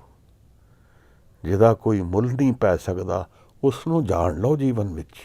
ਸਾਰੀ ਦੁਨੀਆ ਤਾਂ ਮੁੱਲਵਾਨ ਵਸਤੂਆਂ ਨੂੰ ਕਮਾਉਣ 'ਚ ਲੱਗੀ, ਬੇਅਰਥ ਲੱਗੀ। ਇੱਕ ਸਰਾਪ ਸਮਝੀਏ। ਦਰਅਸਲ ਮੈਨੂੰ ਕਈ ਵਾਰ ਇਉਂ ਲੱਗਦਾ ਹੈ ਜਿਵੇਂ ਇਸ ਦੁਨੀਆ ਦੀ ਦੌੜ ਇੱਕ ਸਰਾਪ ਦੀ ਤਰ੍ਹਾਂ ਹੈ। ਕਿਤਨੀ ਐਨਰਜੀ ਲਗਾਉਂਦੀ ਹੈ, ਉਤਨੀ ਊਰਜਾ ਨਿਰੰਕਾਰ ਨੂੰ ਜਾਣਨ 'ਚ ਲਗਾ ਦਈਏ ਤਾਂ ਬਾਕਮਾਲ ਹੋ ਜੇ। ਸ਼ਾਇਦ ਇਸ ਦੁਨੀਆ ਵਿੱਚ ਕੰਟਰੋਲ ਬੜਾ ਹੈ ਨਾ, ਕਿਉਂਕਿ ਇੱਥੇ ਪਦਾਰਥ ਦੀ ਦੌੜ ਬੜੀ ਤੇਜ਼ ਹੈ। ਇਸ ਕਰਕੇ ਦੌੜ ਦੇ ਵਿੱਚ ਕੰਪੀਟੀਸ਼ਨ ਹੈ, ਇੱਕ ਦੂਜੇ ਨੂੰ ਜਿੱਤਣ ਦੇ ਵਿੱਚ ਪ੍ਰੈਸ਼ਰ ਹੈ। ਪ੍ਰੈਸ਼ਰ ਦੇ ਕਾਰਨ ਅਨੇਕਾਂ ਤਰ੍ਹਾਂ ਦੀਆਂ ਉੱਥੇ ਊਣਤਾਈਆਂ ਨੇ, ਮੁਸੀਬਤਾਂ ਨੇ, ਪਰੇਸ਼ਾਨੀਆਂ ਨੇ। ਕੰਟਰੋਲ ਕਰਨਾ ਚਾਹੁੰਦੇ ਹਰ ਚੀਜ਼ ਨੂੰ, ਹਰ ਚੀਜ਼ ਦਾ ਮੁੱਲ ਪਾਉਣਾ ਚਾਹੁੰਦੀ ਗੌਰਮੈਂਟ, ਚਾਹੁੰਦੀ ਮੁੱਲ ਪਾਉਣਾ, ਟੈਕਸ ਦੇਣਾ ਹੈ, ਮੁੱਲ ਪਾਓ। ਹਰ ਪੱਧਰ ਵਿੱਚ ਮੁੱਲ ਪੈ ਰਿਹਾ ਹੁੰਦਾ। ਵਿਆਹ ਵੀ ਕਰਨਾ ਹੁੰਦਾ ਬੱਚਿਆਂ ਦਾ ਤਾਂ ਮੁੱਲ ਪੈਂਦਾ ਹੈ। ਅਸੀਂ ਅਕਬਰ ਦੇ ਵੇਲੇ ਦੀ ਉਹ ਕਹਾਣੀ ਸੁਣਦੇ ਸੀ, ਜਦੋਂ ਸਲੀਮ ਇੱਕ ਅਦਨਾ ਜੀ ਔਰਤ ਨਾਲ ਪ੍ਰੇਮ ਹੋ ਗਿਆ ਉਹਦਾ, ਤਾਂ ਕਿਤਨਾ ਪਰੇਸ਼ਾਨ ਹੋਇਆ ਉਹਦਾ ਰਾਜਾ, ਕਿਉਂਕਿ ਮੁੱਲ ਪੈਂਦਾ ਹੈ। ਕਿਤਨੇ ਵੱਡੇ ਘਰਾਣੇ ਵਿੱਚ ਵਿਆਹ ਹੋਏਗਾ ਉਤਨਾ ਉਹਦਾ ਮੁੱਲ ਪਏਗਾ। ਤਾਂ ਇਹ ਦੌੜ ਹੀ ਸਾਰੀ ਮੁੱਲ ਪਾਉਣ ਦੀ ਹੈ। ਸਾਰੀ ਕਥਾ ਹੀ ਮੁੱਲ ਪਾਉਣ ਦੀ ਹੈ। ਔਰ ਅਸੀਂ ਵੀ ਇਸ ਦੌੜ ਵਿੱਚ, ਮੈਂ ਵੀ ਇਸ ਦੌੜ ਵਿੱਚ ਸ਼ਾਮਿਲ ਹਾਂ। ਉਤਨਾ ਹੀ ਰੋਗੀ ਜਿਤਨਾ ਸਭ ਲੋਗ। ਅਸੀਂ ਮੁੱਲ ਹੀ ਪਾਈ ਜਾ ਰਹੇ ਹਾਂ। ਮੁੱਲ ਦਰਅਸਲ ਦੇਖਿਆ ਜਾਏ, ਤਰਕਾਰੀ ਲੈਣ ਜਾਏ, ਕੋਈ ਗੋਭੀ ਖਰੀਦਦਾ ਹੈ ਤੇ ਉਹਦਾ ਮੁੱਲ ਪਾਉਂਦਾ ਹੈ। ਗੋਭੀ ਕਦੇ ਆਪ ਕ੍ਰੀਏਟ ਕਰ ਸਕਦੇ ਹਾਂ ਅਸੀਂ? ਧਿਆਨ ਨਾਲ ਦੇਖਣਾ, ਇੱਕ ਪੱਤੇ ਨੂੰ ਕਿਵੇਂ ਕੁਦਰਤ ਬਣਾਉਂਦੀ ਹੈ, ਉਹਦੇ ਬਣਾਉਣ ਨੂੰ ਕਦੇ ਮੁੱਲ ਪਾ ਸਕਦੇ ਹਾਂ? ਕਿਤੇ ਲੈਬੋਰੇਟਰੀ 'ਚ ਇਨਸਾਨ ਪੱਤਾ ਬਣਾਉਣਾ ਸ਼ੁਰੂ ਕਰੇ, ਬਣਾ ਪਾਏਗਾ? ਜੀਵਨ ਜਿਹੜਾ ਹੈ ਉਹ ਇਸ ਪੱਖ ਤੋਂ ਹੀ ਅਸੀਂ ਜਾਣਦੇ ਹਾਂ ਕਿ ਕਿਤਨਾ ਮੁੱਲ ਕਿਸੇ ਚੀਜ਼ ਦਾ ਹੈ। ਉਹਦੇ ਵਿੱਚ ਸਭ ਕੁਝ ਤੋਲਿਆ ਜਾਂਦਾ ਹੈ। ਮਹਾਰਾਜ ਕਹਿ ਰਹੇ ਹਨ, ਅਮੁੱਲ ਗੁਣ ਅਮੁੱਲ ਵਪਾਰ। ਇੱਕ ਵਪਾਰ ਤਾਂ ਦੁਨੀਆ ਦਾ ਹੈ, ਜੋ ਵਪਾਰ ਕਰਦੇ ਆ, ਪੈਸੇ ਦਾ ਵਪਾਰ ਹੈ। ਇੱਕ ਵਪਾਰ ਜੋ ਟ੍ਰਾਂਜੈਕਸ਼ਨ ਹੋ ਰਹੇ ਹਨ, ਪ੍ਰੇਮ ਵਿੱਚ ਵਪਾਰ ਵੀ ਹੋ ਰਿਹਾ ਹੈ। ਲੈਣ ਦੇਣ ਸਮਝੋ ਇਸ ਨੂੰ। ਇੱਕ ਪ੍ਰੇਮ ਦਾ ਇਜ਼ਹਾਰ ਇੱਕ ਸਿੱਖ ਕਰਦਾ ਹੈ ਗੁਰੂ ਨੂੰ, ਤਾਂ ਗੁਰੂ ਉਹਦੀ ਵਾਪਸੀ ਵੀ ਕਰਦਾ ਹੈ। ਉਸੇ ਪ੍ਰੇਮ ਨੂੰ ਗੁਰੂ ਵੀ ਆਪਣੇ ਸਿੱਖ ਨੂੰ ਦਿੰਦਾ ਹੈ। ਇੱਥੇ ਲੈਣ ਦੇਣ ਪ੍ਰੇਮ ਦਾ ਹੈ, ਇਹਦਾ ਕੋਈ ਮੁੱਲ ਨਹੀਂ ਹੈ। ਇਹਦੇ ਵਿੱਚ ਸਾਰੀ ਸ੍ਰਿਸ਼ਟੀ ਦੀ ਹੋਂਦ ਦੀ ਕਮਾਈ ਇਸ ਪ੍ਰੇਮ ਵਿੱਚ ਹਾਜ਼ਰ ਹੈ। ਇੱਕ ਸਿੱਖ ਔਰ ਗੁਰੂ ਦੇ ਪ੍ਰੇਮ ਦੇ ਮਿਲਣ ਵਿੱਚ ਸਭ ਦੁਨੀਆ ਦੇ ਭੇਦ ਮਿਲ ਜਾਂਦੇ ਹਨ। ਕਰੋੜਾਂ ਕਿਤਾਬਾਂ ਔਰ ਵੇਦਾਂ ਦੇ ਸ਼ਾਸਤਰਾਂ ਦੇ ਗਿਆਨ ਦੇ ਦਰਸ਼ਨ ਇੱਥੇ ਹੋ ਜਾਂਦੇ ਹਨ। ਜੋ ਇਸ ਪ੍ਰੇਮ ਦੇ ਵਿੱਚ ਪ੍ਰਗਟ ਹੋ ਰਿਹਾ ਹੈ ਸਿੱਖ ਨੂੰ, ਉਹ ਕੋਈ ਵੀ ਗਿਆਨ ਪੜ੍ਹਨ ਤੋਂ ਨਹੀਂ ਹੋ ਸਕਦਾ, ਕੋਈ ਵੀ ਸ਼ਾਸਤਰ ਪੜ੍ਹਨ ਤੋਂ ਨਹੀਂ ਹੋ ਸਕਦਾ। ਮਹਾਰਾਜ ਕਹਿੰਦੇ ਨੇ, ਅਮੁੱਲ ਗੁਣ ਅਮੁੱਲ ਵਪਾਰ, ਅਮੁੱਲ ਵਪਾਰੀਏ ਅਮੁੱਲ ਭੰਡਾਰ। ਅਮੁੱਲ ਦਾ ਤੇ ਭੰਡਾਰ ਕਿਸ ਚੀਜ਼ ਦਾ ਬਣਨਾ ਹੈ? ਦੁਨੀਆ ਵਿੱਚ ਅਸੀਂ ਭੰਡਾਰ ਬਣਾਉਂਦੇ ਹਾਂ, ਇੱਕ ਪਦਾਰਥ ਦੇ ਬਣਾ ਦਿੰਦੇ ਹਾਂ। ਪੰਜਾਬ ਵਿੱਚ ਚਾਵਲ ਔਰ ਆਟੇ ਦੇ ਭੰਡਾਰ ਨੇ, ਝੋਨੇ ਦੇ ਭੰਡਾਰ ਇਕੱਠੇ ਹੋ ਕੇ ਉੱਥੇ। ਤਾਂ ਉਸ ਦੁਨੀਆ ਵਿੱਚ ਕਿਹੜੀ ਚੀਜ਼ ਦਾ ਭੰਡਾਰ ਹੈ?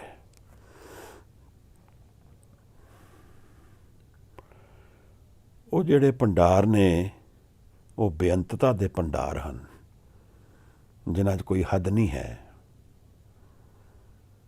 ਜਿੱਥੇ ਇੱਕ ਨਿਰੰਕਾਰ ਦੇ ਵਿੱਚ ਸਭ ਕੁਝ ਸਮਾ ਜਾਂਦਾ ਹੈ, ਔਰ ਉੱਥੇ ਦਰਸ਼ਨ ਅਮੁੱਲਤਾ ਦੇ ਹੀ ਹਨ। ਉਹ ਅਮੁੱਲ ਹਨ ਜੋ ਵੀ ਭੰਡਾਰ ਹਨ। ਇਸ ਭੰਡਾਰੇ ਦੇ ਵਿੱਚ ਮਨ ਦੇ ਵਿੱਚ ਇਹੋ ਜਿਹੇ ਖਜ਼ਾਨੇ ਆ ਗਏ ਹਨ, ਜਿਨ੍ਹਾਂ ਦਾ ਭੰਡਾਰਾ ਹੁਣ ਮੁੱਕਣਾ ਨਹੀਂ ਕਦੇ ਵੀ।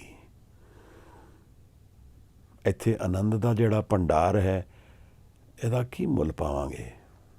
ਇੱਕ ਟਰਾਂਸਫੋਰਮੇਟਰੀ ਗੱਲ ਹੈ ਕਿ ਮੈਂ ਮੁੱਲ ਪਾਉਂਦਾ ਹੋਇਆ ਗੁਰੂ ਨੂੰ ਮਿਲ ਗਿਆ ਔਰ ਅਮੁੱਲਤਾ ਦੇ ਭੰਡਾਰ ਪਾ ਗਿਆ, ਆਨੰਦ ਦੇ ਭੰਡਾਰ ਮਿਲ ਗਏ ਮੈਨੂੰ। ਇਹੋ ਜਿਹੇ ਭੰਡਾਰ ਮਿਲ ਗਏ ਕਿ ਜਿਨ੍ਹਾਂ ਨੂੰ ਮੈਂ ਗਿਣਤੀ ਹੀ ਨਹੀਂ ਕਰ ਸਕਦਾ क्योंकि मैं आप ही गवाच गया, मैं ही नहीं रहा, कौन मुल पाएगा। महाराज कहते हैं कि अमुल व्यापारीए, इस प्रेम नूं, इस प्रेम दे ਵਪਾਰੀ ਵੀ ਬੜੇ ਨੇ। ਅਮੁੱਲ ਵਪਾਰੀਏ, ਅਮੁੱਲ ਭੰਡਾਰ, ਔਰ ਉਹਨਾਂ ਦੇ ਵਿੱਚ ਪ੍ਰੇਮ ਦਾ ਭੰਡਾਰ ਵੀ ਭਰਿਆ ਹੈ। ਇਹ ਇੱਕ ਦੇਖਣ ਦਾ ਤਰੀਕਾ ਹੈ ਮਹਾਰਾਜ। ਉਸ ਦੁਨੀਆ ਦੀ ਖਬਰ ਸਾਨੂੰ ਦੇ ਰਹੇ ਹਨ ਜਿੱਥੇ ਦੀ ਸਾਨੂੰ ਆਸ ਹੋਣੀ ਚਾਹੀਦੀ ਹੈ।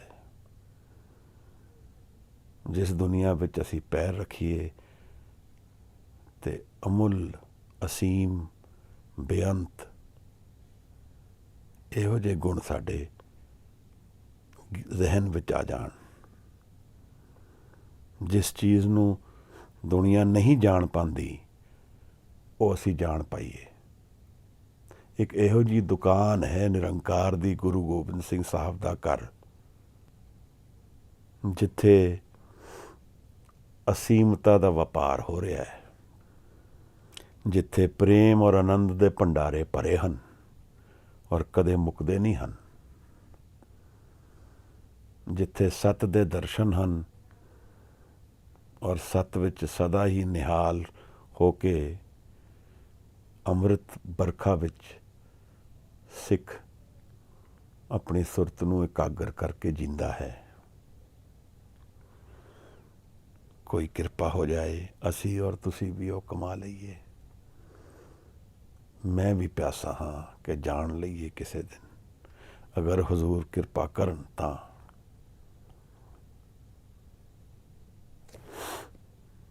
ਸਾਹਿਬ ਕਹਿੰਦੇ ਹਨ ਕਿ ਕਿਤਨੇ ਹੀ ਤੇ ਵਪਾਰੀ ਨੇ ਉਹਦੇ, ਅਮੁੱਲ ਆਵੇ ਅਮੁੱਲ ਲਹਿ ਜਾਏ। ਕਿਤਨੇ ਅਮੁੱਲ, ਕਿਤਨੇ ਆਉਂਦੇ ਹਨ ਔਰ ਕਿਤਨੇ ਹੀ ਲੈ ਜਾਂਦੇ ਹਨ।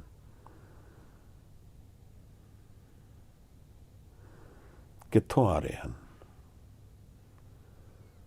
ਮਨ ਦੇ ਅੰਦਰ ਵਿੱਚ ਉਹ ਦਰਸ਼ਨ ਕਿੱਥੋਂ ਆ ਰਹੇ ਹਨ?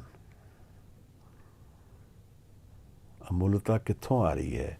ਇਹ ਜਿਹੜਾ ਸਿੱਖ ਦਾ ਜੀਵਨ ਹੈ, ਅਸੀਂ ਇਹ ਕਿਸ ਤਰ੍ਹਾਂ ਕਮਾ ਸਕਦੇ ਹਾਂ?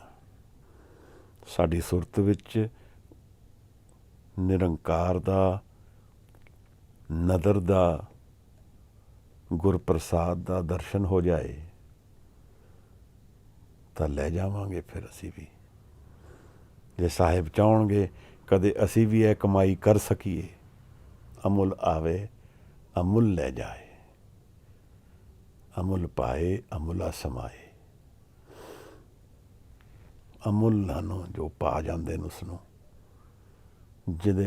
ਜੋ ਉਹਦੇ ਵਿੱਚ ਸਮਾ ਜਾਂਦੇ ਨੇ, ਉਹਨਾਂ ਦਾ ਕੋਈ ਮੁੱਲ ਨਹੀਂ ਹੈ। ਇਹ ਸਰੀਰ ਦੀ ਗੱਲ ਨਹੀਂ ਹੈ, ਇਹ ਮਨ ਦੀ, ਆਤਮਾ ਦੀ, ਮੌਤ ਤੋਂ ਪਰੇ ਦੀ।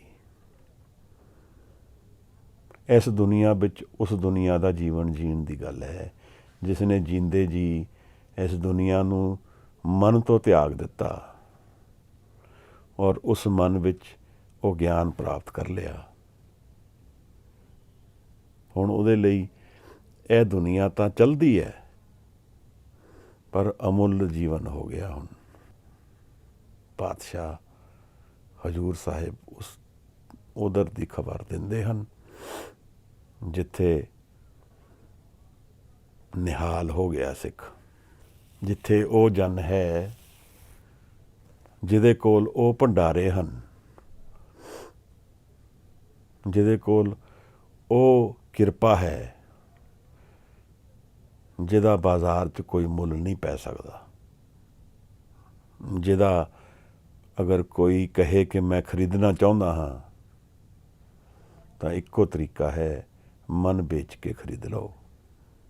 ਇੱਥੇ ਇਹ ਵਪਾਰ ਹੋ ਰਿਹਾ ਹੈ। ਝੂਠ ਨੂੰ ਤਿਆਗ ਕੇ ਤਾਂ ਹੀ ਸੱਤ ਮਿਲੇਗਾ। ਇਨਸਟੇਬਿਲਿਟੀ ਨੂੰ ਛੱਡ ਕੇ ਹੀ ਸਟੇਬਿਲਿਟੀ ਮਿਲੇਗੀ। ਦਵੈਤ ਨੂੰ ਛੱਡ ਕੇ ਹੀ ਇਕਾਗਰਤਾ ਮਿਲੇਗੀ। ਦਰਸ਼ਨ ਮਿਲਣਗੇ ਹਨੇਰੇ ਨੂੰ ਛੱਡਣ ਦੇ। ਪਿਆਸੇ ਨੂੰ ਅੰਮ੍ਰਿਤ ਮਿਲੇਗਾ।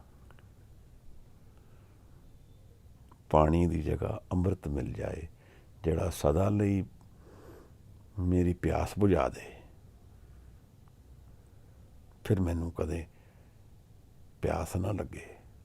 ਉਸ ਅੰਮ੍ਰਿਤ ਦਾ ਕੋਈ ਮੁੱਲ ਪਾ ਸਕਦਾ ਹੈ? ਇੱਥੇ ਪਾਣੀ ਦਾ ਵੀ ਮੁੱਲ ਪੈਂਦਾ ਹੈ। ਅਸੀਂ ਤਾਂ ਪਾਣੀ ਦਾ ਵੀ ਮੁੱਲ ਨਹੀਂ ਪਾ ਸਕਾਂਗੇ। ਪਾਣੀ ਕਿਵੇਂ ਬਣਿਆ, ਉਹ ਤਾਂ ਸਾਨੂੰ ਸਰੀਰਕ, ਸਾਡੀ ਸਰੀਰ ਦੀ ਭੁੱਖ ਬੁਝਾਉਂਦਾ ਹੈ।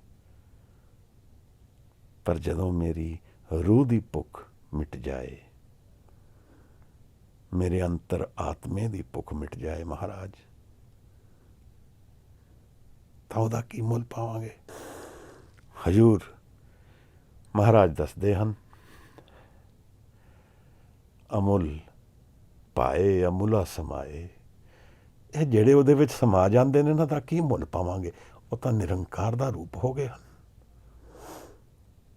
ਉਹ ਤਾਂ ਹੁਣ ਜਦੋਂ ਸਾਗਰ ਵਿੱਚ ਨਦੀ ਨੂੰ ਲੱਭਣ ਗਏ ਆ, ਨਦੀ ਹੀ ਨਹੀਂ ਲੱਭਦੀ ਹੈ। ਹੁਣ ਕੀ ਮੁੱਲ ਪਾਵਾਂਗੇ ਮਹਾਰਾਜ? ਹੁਣ ਜੋਤ ਸੀਗੀ, ਉਹ ਤਾਂ ਸੂਰਜ ਵਿੱਚ ਇਸ ਤਰ੍ਹਾਂ ਕਿਰਨ ਵਿੱਚ ਰਲ ਗਈ ਕਿ ਉਹ ਤਾਂ ਸੂਰਜ ਦਾ ਹੀ ਰੂਪ ਹੋ ਗਈ। ਹੁਣ ਉਹਦਾ ਕੀ ਮੁੱਲ ਪਾਣਾ ਹੈ?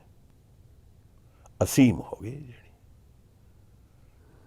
ਹੁਣ ਉਹ ਅਸੀਮਤਾ ਵਿੱਚ ਉਹਨਾਂ ਦਾ ਕੋਈ ਮੁੱਲ ਪਾਉਣ ਵਾਲਾ ਹੈ ਨਹੀਂ, ਨਾ ਕੋਈ ਪਾ ਸਕਦਾ ਹੈ, ਕਿਉਂਕਿ ਇੱਧਰ ਦੀ ਦੁਨੀਆ ਮੁੱਲ ਪਾਉਣ ਦੀ ਬੜੀ ਵਿਆਕੁਲਤਾ ਰੱਖਦੀ ਹੈ। ਅਗਰ ਆਪ ਕਿਸੇ ਚੀਜ਼ ਨੂੰ ਕਹੋ ਪ੍ਰਾਈਸਲੈਸ, ਤਾਂ ਉਹ ਸਮਝ ਵਿੱਚ ਨਹੀਂ ਆਉਂਦੀ ਕਿਹੜੀ ਮਤਲਬ ਹੋਇਆ ਪ੍ਰਾਈਸਲੈਸ। ਤਾਂ ਮਤਲਬ ਕਿ ਸਾਰੀ ਦੁਨੀਆ ਦੀ ਵੈਲਥ, ਮਤਲਬ ਫਿਰ ਵੀ ਉਸ ਪ੍ਰਾਈਸਲੈਸ ਨੂੰ ਵੀ ਪ੍ਰਾਈਸ ਵਿੱਚ ਰੱਖਣਾ ਚਾਹੁੰਦਾ ਹੈ। ਕਿਉਂਕਿ ਮਨ ਜਿਹੜਾ ਹੈ, ਇਹ ਵਾਲਾ ਮਨ ਮੇਰਾ ਜਿਹੜਾ ਤਿਆਗਣ ਵਾਲਾ ਮਨ ਹੈ, ਉਹ ਸੀਮਤ ਹੈ। ਉਹ ਹਰ ਚੀਜ਼ ਨੂੰ ਸੀਮਾ ਵਿੱਚ ਰੱਖਣਾ ਚਾਹੁੰਦਾ ਹੈ। ਉੱਧਰ ਦੀ ਦੁਨੀਆ ਅਸੀਮ ਹੈ। ਇਹ ਮਨ ਉੱਧਰ ਨਹੀਂ ਜਾ ਸਕਦਾ। ਇਹਨੂੰ ਇੱਥੇ ਛੱਡਣਾ ਪਏਗਾ। ਮਨ ਵੇਚੇ ਸਤਿਗੁਰ ਕੇ ਪਾਸ, ਤੇ ਸੇਵਕ ਕੇ ਕਾਰਜ ਰਾਸ। ਵੇਚ ਦਈਏ ਮਨ ਗੁਰੂ ਨੂੰ। ਗੁਰੂ ਨਾਨਕ ਸਾਹਿਬ ਕਦੇ ਮੌਕਾ ਬਖਸ਼ਣ, ਕਿਰਪਾ ਕਰਨ, ਗੁਰਪ੍ਰਸਾਦ ਸਾਨੂੰ ਮਿਲੇ, ਅਸੀਂ ਇਸ ਮਨ ਨੂੰ ਤਿਆਗ ਕੇ ਉਸ ਮਨ ਵੱਲ ਚਲੇ ਜਾਈਏ ਜਿੱਥੇ ਸਦਾ ਵਿਗਾਸ ਹੋਏ, ਦੁੱਖ ਔਰ ਪਾਪ ਦਾ ਨਾਸ ਹੋ ਜੇ। ਇਹੋ ਜਿਹੀ ਦੁਨੀਆ ਵਿੱਚ ਜਾਈਏ ਜਿੱਥੇ ਉਹਦੇ ਗੁਣ ਹੀ ਚੱਲਦੇ ਹੋਣ, ਪ੍ਰੇਮ ਨਾਲ ਸਭ ਭਰਿਆ ਹੋਏ ਔਰ ਆਨੰਦ ਦੀ ਵਰਖਾ ਸਦਾ ਹੀ ਰਹੇ।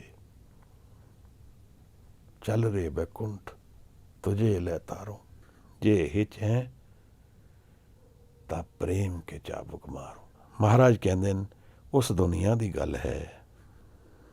ਅਮੁੱਲ ਧਰਮ ਅਮੁੱਲ ਦੀ ਬਾਣ। ਇਹਨਾਂ ਦਾ ਜਿਹੜਾ ਧਰਮ ਹੈ ਉਹ ਅਮੁੱਲ ਹੈ, ਕਿਸੇ ਮੁੱਲ ਵਿੱਚ ਨਹੀਂ ਪੈ ਸਕਦਾ। ਧਰਮ ਦਾ ਮਤਲਬ ਇਹਨਾਂ ਦਾ ਨੇਚਰ ਜਿਹੜਾ ਹੋ ਗਿਆ, ਇਹਨਾਂ ਦੀ ਡਿਊਟੀ ਹੋ ਗਈ। ਇਸ ਮਨ ਦੀ ਜੋ ਅਵਸਥਾ ਹੁਣ ਹੋ ਗਈ, ਉਹਦਾ ਕੋਈ ਮੁੱਲ ਨਹੀਂ ਹੈ। ਜਿੱਥੇ ਉਹਦੇ ਦਰਸ਼ਨ ਨੇ, ਜਿਹੜਾ ਉਹ ਦੀਵਾਨ ਹੈ, ਉਹਦਾ ਕੀ ਮੁੱਲ ਪਾਵਾਂਗੇ? ਜਿੱਥੇ ਨਿਰੰਕਾਰ ਹਾਜ਼ਰ ਹੋਇਆ ਮਨ ਵਿੱਚ। ਇਹੀ ਧਰਮ ਕਮਾਉਣ ਦੀ ਗੱਲ ਹੈ ਸਾਰੀ। ਇਹ ਦੁਨੀਆ ਇਸ ਧਰਮ ਦਾ ਕਿਤਨਾ ਮੁੱਲ ਪਾ ਰਹੀ ਹੈ ਅੱਜ ਦੇਖੋ। ਇਸ ਬਾਜ਼ਾਰ ਵਿੱਚ ਸਭ ਵਿਕਦਾ ਹੈ, ਧਰਮ ਵੀ ਵਿਕਦਾ ਹੈ। ਉਹਦਾ ਮੁੱਲ ਪਾਉਣਾ ਜ਼ਰੂਰੀ ਹੈ।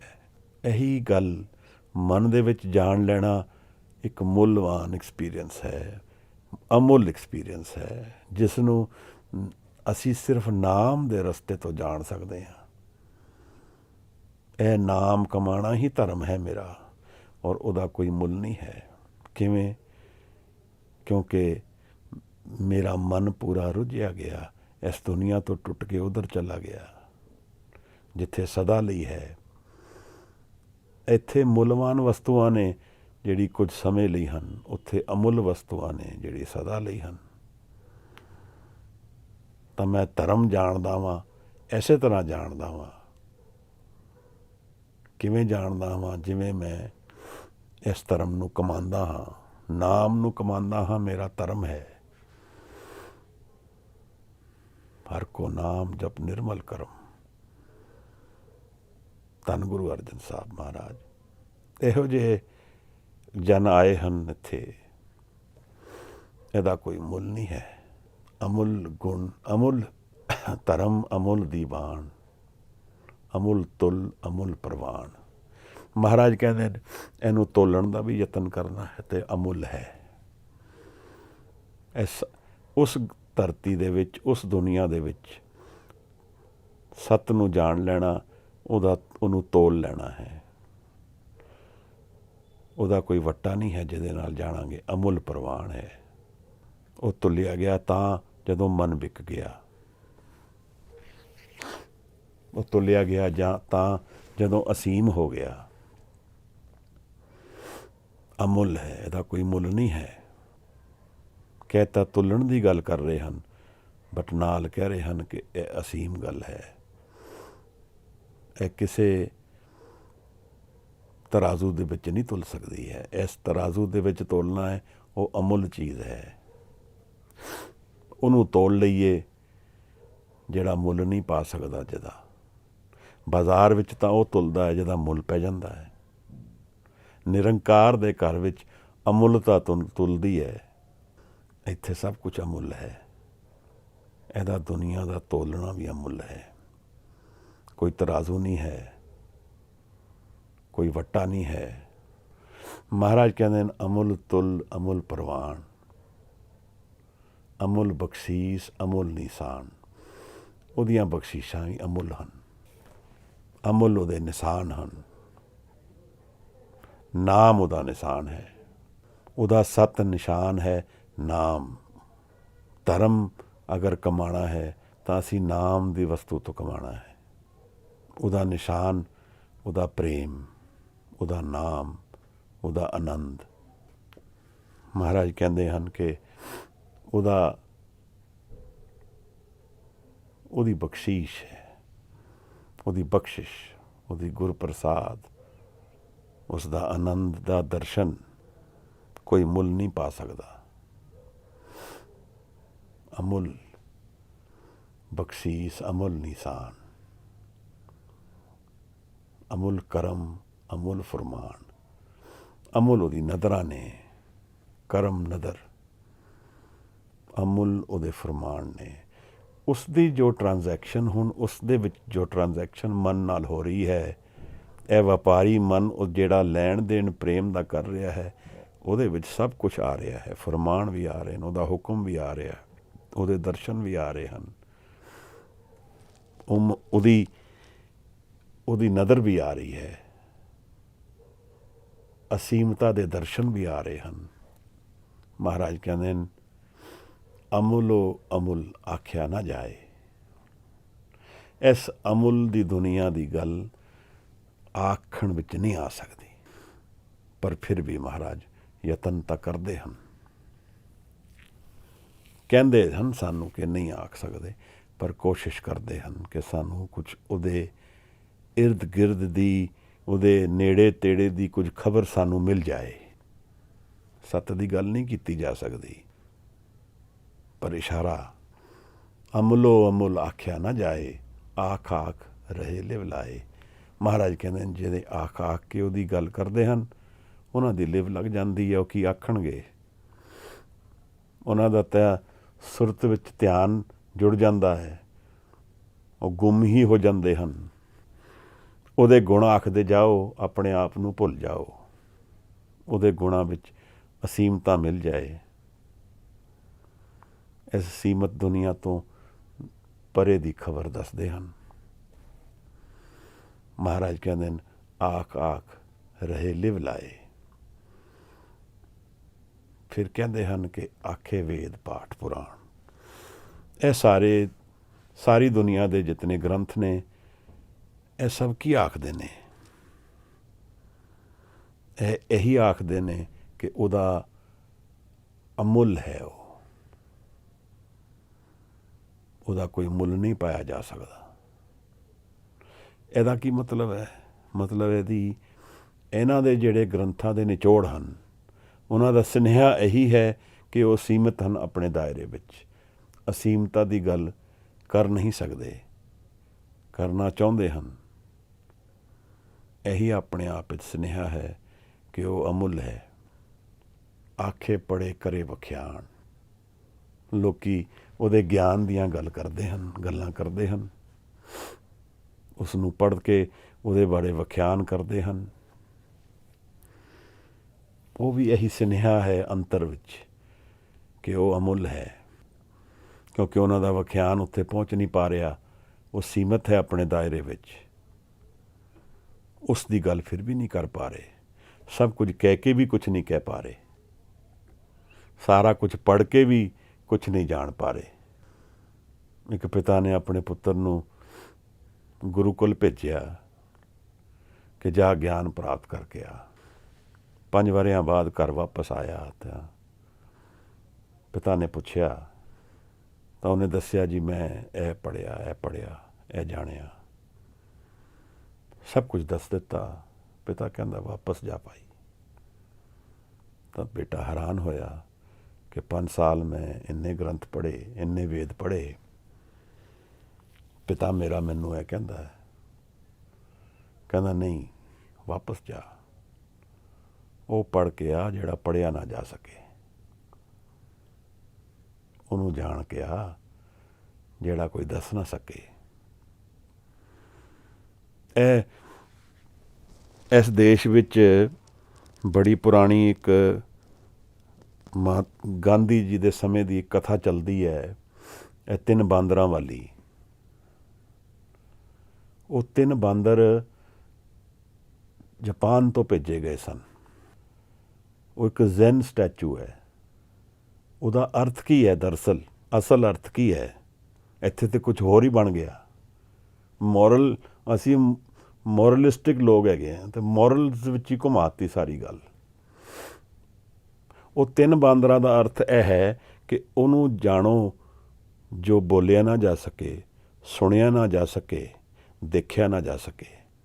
ਇਹ ਜ਼ੈਨ ਸਟੈਚੂ ਹੈ, ਜ਼ੈਨ ਬੁੱਧਿਜ਼ਮ 'ਚੋਂ ਹੈ ਨਾ। ਕਮਾਲ ਦੀ ਗੱਲ।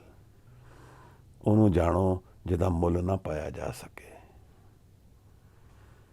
ਜਿਹੜਾ ਬਾਜ਼ਾਰ ਵਿੱਚ ਤੁੱਲ ਨਾ ਸਕੇ, ਕਿਸੇ ਤਕੜੀ ਵਿੱਚ ਆ ਹੀ ਨਾ ਸਕੇ। ਅਮੁੱਲ ਹੈ ਉਹਦਾ ਤੋਲਣਾ, ਤਾਂ ਕਿਸ ਨੂੰ ਤੋਲੋਗੇ? ਮਹਾਰਾਜ ਆਖੇ ਪੜੇ ਕਰੇ ਵਖਿਆਣ, ਆਖੇ ਬਰਮੇ ਆਖੇ ਇੰਦ, ਆਖੇ ਗੋਪੀ ਤੇ ਗੋਬਿੰਦ। ਇਹ ਸਾਰੀ ਦੁਨੀਆ ਵਿੱਚ ਜਿਹੜੇ ਕੋਈ ਦੇਵਤੇ ਨੇ, ਜਿਹੜੇ ਕੋਈ ਅਨੇਕਾਂ ਨੇ ਦੇਵਤੇ, ਇੱਥੇ ਇਸ ਪੌੜੀ ਵਿੱਚ ਸਿੰਗੂਲਰ ਪਲੂਰਲ ਬੜਾ ਵਰਤਿਆ ਗਿਆ ਹੈ ਅਤੇ ਉਹਦੇ ਬਾਰੇ ਮੈਂ ਥੋੜ੍ਹਾ ਇਸ਼ਾਰਤਨ ਗੱਲ ਕਰਦਾ ਜਾਂਦਾ ਹਾਂ। ਅਤੇ ਇੱਥੇ ਹੁਣ ਜਿਸ ਤਰ੍ਹਾਂ ਬਰਮੇ ਔਰ ਇੰਦ ਨੇ, ਇਹਨਾਂ ਦੇ ਪਲੂਰਲ ਹੈ। ਅਨੇਕਾਂ ਹੀ ਬਰਮੇ, ਅਨੇਕਾਂ ਹੀ ਇੰਦ, ਅਨੇਕਾਂ ਹੀ ਦੇਵਤੇ। ਆਈਡੈਂਟਿਟੀ ਦੇ ਵਿੱਚ ਜੋ ਵੀ ਹੈ ਉਹ ਸੀਮਤ ਦਾਇਰੇ 'ਚ ਹੈ। ਜਿਹਦੀ ਕੋਈ ਆਈਡੈਂਟਿਟੀ ਹੈ, ਜਿਹੜਾ ਸਪਿਰਿਟ ਫਾਰਮ ਵਿੱਚ ਹੈ, ਉਹ ਤਾਂ ਅਸੀਮ ਹੈ, ਉਹ ਤਾਂ ਅਮੁੱਲ ਹੈ, ਤਾਂ ਉਹ ਨਿਰੰਕਾਰ ਬਿਯੋਂਡ ਆਈਡੈਂਟਿਟੀ ਹੈ। ਉਹਦਾ ਕੋਈ ਮੁੱਲ ਨਹੀਂ ਪਾਇਆ ਜਾ ਸਕਦਾ। ਇਹ ਸਾਰੇ ਦੇਵਤੇ ਇਸੇ ਗੱਲ ਨੂੰ ਕਰਦੇ ਹਨ। ਆਖੇ ਬਰਮੇ ਆਖੇ ਇੰਦ, ਆਖੇ ਗੋਪੀ ਤੇ ਗੋਬਿੰਦ।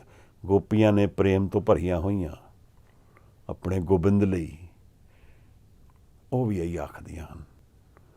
ਆਖੇ ਈਸਰ ਆਖੇ ਸਿੱਧ। ਇੱਕ ਅਰਥ ਈਸਰ ਦਾ ਬਣਦਾ ਹੈ ਸ਼ਿਵ ਦਾ, ਪਰ ਇੱਥੇ ਈਸਰ ਪਲੂਰਲ ਹੈ ਅਤੇ ਅਨੇਕਾਂ ਹੀ ਜਿਹੜੇ ਪਹੁੰਚੇ ਹੋਏ ਗਿਆਨਵਾਨ ਬ੍ਰਹਮ ਗਿਆਨੀ ਜਾਂ ਜੋ ਵੀ ਦੇਵਤੇ ਨੇ, ਜਾਂ ਸਿੱਧ ਵਾਲੇ ਜਿਨ੍ਹਾਂ ਨੇ ਸਾਧ ਲਿਆ ਮਨ ਨੂੰ, ਇਹ ਸਭ ਉਹੀ ਆਖ ਰਹੇ ਨੇ ਕਿ ਉਹ ਅਮੁੱਲ ਹੈ। ਆਖੇ ਕੀਤੇ ਕੀਤੇ ਬੁੱਧ। ਕਿਤਨਿਆਂ ਨੂੰ ਤਾਂ ਉਸਨੇ ਗਿਆਨ ਦੇ ਦਿੱਤਾ, ਬੁੱਧ ਬਣਾ ਦਿੱਤਾ। ਅਨੇਕਾਂ ਹੀ ਤਰ੍ਹਾਂ ਦੇ ਗਿਆਨ ਹਨ। ਕੀਤੇ ਕਿਤਨੇ ਹੀ ਕਰ ਦਿੱਤੇ। ਬੁੱਧ ਵੀ ਅਨੇਕਾਂ ਹੀ ਹਨ, ਪਲੂਰਲ ਵਿੱਚ ਹਨ। ਆਖੇ ਦਾਨਵ ਆਖਣ ਦੇਵ, ਹੁਣ ਉੱਥੇ ਡੁਐਲਿਟੀ ਆ ਗਈ ਹੈ। ਦਾਨਵ ਔਰ ਦੇਵ ਵੀ ਇਹੀ ਆਖ ਰਹੇ ਹਨ। ਦਰਅਸਲ ਇਹ ਸਾਰੀ ਸ੍ਰਿਸ਼ਟੀ ਇੱਕੋ ਗੱਲ ਦੀ ਸੈਲੀਬ੍ਰੇਸ਼ਨ ਹੈ ਕਿ ਉਹ ਅਮੁੱਲ ਨਿਰੰਕਾਰ ਅਮੁੱਲ ਹੈ। ਅਸੀਂ ਇਸ ਡਾਇਮੈਂਸ਼ਨਸ ਨੂੰ ਸੀਮਤ ਦਾਇਰੇ ਤੋਂ ਦੇਖਦੇ ਹਾਂ, ਪਰ ਜਿਹੜੀ ਸਪਿਰਿਟ ਇੱਥੇ ਪ੍ਰੈਜ਼ੈਂਟ ਹੈ, ਜਿਹੜਾ ਆਧਾਰ ਹੈ ਪੂਰੇ ਜੀਵਨ ਦਾ, ਉਹਦਾ ਕੋਈ ਮੁੱਲ ਨਹੀਂ ਹੈ। ਇੱਕ ਪਹਾੜ ਨੂੰ ਅਸੀਂ ਦੇਖਦੇ ਹਾਂ, ਉਹ ਪਹਾੜ ਦਿਖਦਾ ਹੈ, ਪਰ ਉਹਦਾ ਕ੍ਰੀਏਟਰ ਦਾ ਕੀ ਮੁੱਲ ਹੈ ਜਿਸ ਨੇ ਉਹਨੂੰ ਬਣਾਇਆ। ਔਰ ਇੱਥੇ ਕਿੰਨੇ ਹੀ ਸ੍ਰਿਸ਼ਟੀਆਂ ਬਣ ਗਈਆਂ, ਕਿਤਨਾ ਹੀ ਕੁਝ ਕ੍ਰੀਏਟ ਹੋ ਗਿਆ, ਇਹਦਾ ਕੋਈ ਮੁੱਲ ਪਾ ਨਹੀਂ ਸਕੇਗਾ, ਨਾ ਪਾ ਸਕਦੇ ਕਦੇ। ਇੱਕ ਚੀਟੀ ਨੂੰ ਬਣਾਉਣ ਵਾਲੇ ਦਾ ਮੁੱਲ ਨਹੀਂ ਪਾਇਆ ਜਾ ਸਕਦਾ। ਅਸੀਂ ਨਿਰੰਕਾਰ ਦੀ ਗੱਲ ਕਰ ਰਹੇ ਹਾਂ, ਜਿਵੇਂ ਗੁਰੂ ਸਾਹਿਬ ਸਾਨੂੰ ਦੱਸਦੇ ਹਨ ਕਿ ਉਹ ਅਮੁੱਲ ਹੈ। ਔਰ ਉਹ ਮਨ ਦੀ ਅਵਸਥਾ ਜਿਹਦੇ ਵਿੱਚ ਨਿਰੰਕਾਰ ਦੇ ਦਰਸ਼ਨ ਹਨ, ਉਹ ਵੀ ਅਮੁੱਲ ਹੈ। ਮਹਾਰਾਜ ਦੇ ਇਸ ਉਡਾਰੀ ਵਿੱਚ ਅਸੀਂ ਉਸ ਦੁਨੀਆ ਦੇ ਦਰਸ਼ਨ ਕਰ ਰਹੇ ਹਾਂ ਜਿਹੜੀ ਸਾਡੀ ਅੱਖਾਂ ਤੋਂ ਨਹੀਂ ਦੇਖੀ ਜਾ ਸਕਦੀ। ਆਖੇ ਦਾਨਵ ਆਖਣ ਦੇਵ, ਦਾਨਵ ਜਿਹੜੇ ਈਵਲ ਨੈਗੇਟਿਵ ਲੋਕ ਸਮਝ ਲਓ ਦਾਨਵ, ਦੇਵਤੇ ਪੋਜ਼ਿਟਿਵ ਜਿਹੜੇ ਸ਼ੈਤਾਨ, ਉਹ ਵੀ ਇਹੀ, ਉਹਨਾਂ ਦੇ ਅੰਡਰ ਵੀ ਉਹੀ ਐਨਰਜੀ ਚੱਲਦੀ ਹੈ ਜਿਹੜੀ ਅਸੀਮਤਾ ਦੀ ਗੱਲ ਸਾਨੂੰ ਦਰਸ਼ਨ ਕਰਦੇ ਹਨ ਮਹਾਰਾਜ। ਆਖੇ ਸੁਰ ਨਰ ਮੁੰਜਨ ਸੇਵ, ਸੁਰ ਦੇਵਤੇ, ਨਰ ਇਨਸਾਨ, ਮੁਨੀ ਲੋਕ, ਜਨ, ਜਿਤਨੇ ਵੀ ਸ੍ਰਿਸ਼ਟੀ ਵਿੱਚ ਆਕਾਰ ਵਿੱਚ ਲੋਕ ਹਨ, ਦੁਨੀਆ ਵਿੱਚ ਹਨ, ਉਹ ਅਮੁੱਲਤਾ ਦੀ ਹੀ ਗੱਲ ਚੱਲਦੀ ਹੈ ਸਾਨੂੰ ਸਾਰੀ, ਕਿ ਇਹਨਾਂ ਦੇ ਸਾਰਿਆਂ ਦੇ ਦਰਸ਼ਨ ਤੋਂ ਉਹ ਅਮੁੱਲਤਾ ਦੇ ਦਰਸ਼ਨ ਨਿਕਲ ਕੇ ਬਾਹਰ ਆ ਰਹੇ ਹਨ। ਇਸ ਸਾਰੀ ਕਾਇਨਾਤ ਦੇ ਅਗਰ ਅਸੀਂ ਅੱਖਾਂ ਤੋਂ ਵੀ ਦਰਸ਼ਨ ਪੂਰੇ ਕਰ ਲਈਏ ਤਾਂ ਸਾਨੂੰ ਅਮੁੱਲਤਾ ਹੀ ਨਜ਼ਰ ਆਏਗੀ ਉਹਦੇ ਪਿੱਛੇ ਖੜੀ, ਜਿਹਦਾ ਕੋਈ ਮੁੱਲ ਨਹੀਂ ਪਾਇਆ ਜਾ ਸਕਦਾ। ਕੇਤੇ ਆਖੇ ਆਖਣ ਪਾਏ, ਕਿਤਨੇ ਤਾਂ ਉਸ ਨੂੰ ਆਖ ਕੇ ਪਾ ਗਏ ਹਨ, ਉਹਦੇ ਨੇੜੇ ਵੀ ਹੋ ਗਏ ਹਨ। ਕਿਤੇ ਕਹਿ ਕੇ ਉੱਠ ਜਾਏ, ਕਿਤਨਿਆਂ ਨੇ ਕਹਿ ਕੇ ਚਾਲੇ ਵੀ ਪਾ ਦਿੱਤੇ ਹਨ। ਨਿਰੰਕਾਰ ਦੀ ਗੱਲ ਕਰਦੇ ਹਨ। ਮਹਾਰਾਜ ਕਹਿੰਦੇ ਨੇ ਕਿ ਏਤੇ ਕੀਤੇ ਹੋਰ ਕਰੇ ਤਾਂ ਆਖ ਨਾ ਸਕੇ ਕੇਈ ਕੇ। ਕਿਤਨੇ ਤੇ ਉਸਨੇ ਹੋਰ ਕਰ ਦਿੱਤੇ ਇਹੋ ਜਿਹੇ, ਫਿਰ ਕੋਈ ਨਹੀਂ ਆਖ ਸਕਦਾ ਉਹ ਕਿਤਨੇ ਹਨ। ਗਿਣਤੀ ਤੋਂ ਪਰੇ ਦੀ ਗੱਲ ਗਿਣਤੀ ਦੇ ਵਿੱਚ ਕਿਵੇਂ ਆ ਸਕਦੀ ਹੈ। ਮਹਾਰਾਜ ਕਹਿ ਰਹੇ ਹਨ ਕਿ ਉਹ ਜਿਤਨੇ ਚਾਹੁੰਦਾ ਹੈ ਉਤਨੇ ਕਰ ਸਕਦਾ ਹੈ। ਇਸ ਧਰਤੀ 'ਤੇ ਅੱਜ 6 ਜਾਂ 7 ਬਿਲੀਅਨ ਲੋਕ ਨੇ, ਕੁਝ 200-300 ਸਾਲ ਪਹਿਲਾਂ 1/4 ਵੀ ਨਹੀਂ ਸਨ। ਜਿਤਨੇ ਚਾਹੁੰਦਾ ਉਤਨੇ ਹੋ ਜਾਂਦੇ। ਜਿਵੇਂ ਇੱਕ ਤਿਨਕੇ ਨੂੰ ਤੁਸੀਂ 4 ਵਾਰੀ ਤੋੜੋ ਜਾਂ 400 ਵਾਰੀ ਤੋੜੋ, ਉਹ ਤਾਂ ਤਿਨਕੇ ਦੇ ਦਰਸ਼ਨ ਪੂਰੇ ਹੋਣੇ ਹਨ। ਇਸੇ ਤਰ੍ਹਾਂ ਨਿਰੰਕਾਰ ਦੇ ਦਰਸ਼ਨ ਪੂਰੇ ਹੁੰਦੇ ਹਨ, ਉਹ ਨਹੀਂ ਕੋਈ ਘਟਦਾ ਵੱਧਦਾ। ਸਾਨੂੰ ਗਿਣਤੀ ਦਾ ਫਰਕ ਦਿਖ ਰਿਹਾ, ਉਹਦੇ ਪਿੱਛੇ ਤਾਂ ਇੱਕ ਉਹੀ ਤਿਨਕਾ ਖੜਾ ਹੈ, ਇੱਕ ਉਹੀ ਰਿਐਲਿਟੀ ਹੈ ਜਿਹੜੇ ਆਧਾਰ ਹੈ ਸਾਰੇ ਜੀਵਨ ਦਾ। ਗਿਣਤੀਆਂ ਇਸ ਦੁਨੀਆ ਵਿੱਚ ਦਿਖਦੀਆਂ ਹਨ, ਉੱਥੇ ਉਹਦਾ ਮੁੱਲ ਨਹੀਂ ਪਾਇਆ ਜਾ ਸਕਦਾ। ਜਿਤਨੇ ਵੀ ਹਨ ਇਹ ਆਖ ਨਾ ਸਕੇ ਕੇਈ ਕੇ, ਉਹਦੇ ਬਾਰੇ ਕੁਝ ਵੀ ਨਹੀਂ ਆਖ ਸਕਦੇ ਹਨ। ਜੇ ਵਡ ਭਾਵੇ ਤੇ ਵਡ ਹੋਏ। ਇਹ ਹੁਣ ਕਿਸ ਤਰ੍ਹਾਂ ਨਾਪਿਆ ਜਾਏਗਾ? ਜਿਤਨਾ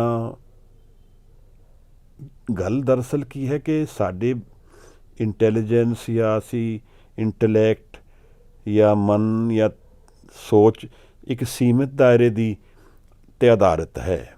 ਇੱਕ ਡਾਇਮੈਂਸ਼ਨ, ਡਿਫਾਈਨਡ ਡਾਇਮੈਂਸ਼ਨ ਵਿੱਚ ਹੈ, ਜਿਸ ਡਾਇਮੈਂਸ਼ਨ ਵਿੱਚ ਕੁਝ ਰੂਲਸ ਹਨ ਜਿਹੜੇ ਰੂਲਸ ਨਹੀਂ ਤੋੜੇ ਜਾ ਸਕਦੇ, ਪਰ ਉਹ ਐਸੇ ਆਧਾਰ ਵਿੱਚ ਹਨ, ਐਸੇ ਜੀਵਨ ਵਿੱਚ।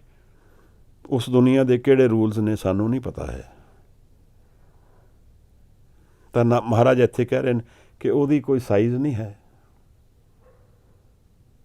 ਉਹ ਜਿੰਨਾ ਵੱਡਾ ਚਾਹੁੰਦਾ ਉਤਨਾ ਹੋ ਸਕਦਾ।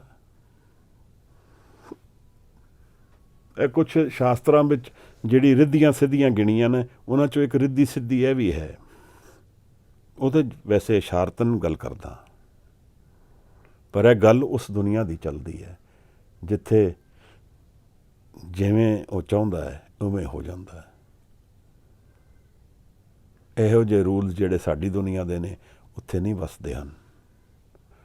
ਮਹਾਰਾਜ ਕਹਿੰਦੇ ਨੇ, ਨਾਨਕ ਜਾਣੇ ਸਾਚਾ ਸੋਏ। ਮਹਾਰਾਜ ਅਖੀਰ ਵਿੱਚ ਹਮੇਸ਼ਾ ਸਾਹਿਬ ਦੇ ਦਰਸ਼ਨਾਂ ਵਿੱਚ, ਨਿਰੰਕਾਰ ਦੇ ਦਰਸ਼ਨਾਂ ਵਿੱਚ ਝੁਕ ਜਾਂਦੇ ਹਨ।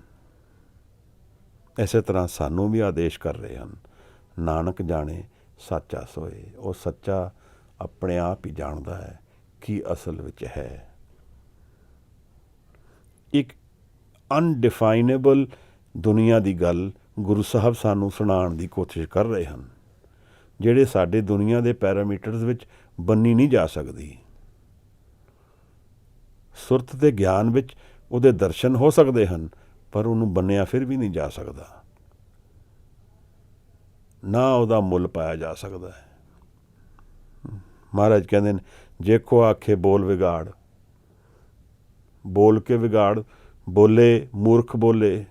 ਜੇ ਕੋਈ ਬੋਲੇ ਜੀ ਮੈਂ ਜਾਣਦਾ ਹਾਂ, ਜੇ ਕੋਈ ਕਹੇ ਮੈਨੂੰ ਗਿਆਨ ਹੈ ਉਹਦੇ ਬਾਰੇ, ਮੈਂ ਉਹਦਾ ਮੁੱਲ ਪਾ ਸਕਦਾ ਵਾਂ, ਉਸ ਨੂੰ ਨਾਪ ਸਕਦਾ ਵਾਂ, ਤਾਂ ਲਿਖੀਏ ਸਿਰ ਗਵਾਰਾਂ ਗਵਾਰ।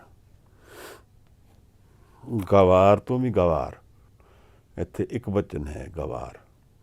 ਗਵਾਰਾਂ ਤੋਂ ਵੀ ਗਵਾਰ, ਕਈ ਗਵਾਰਾਂ ਤੋਂ ਪਰੇ ਗਵਾਰ।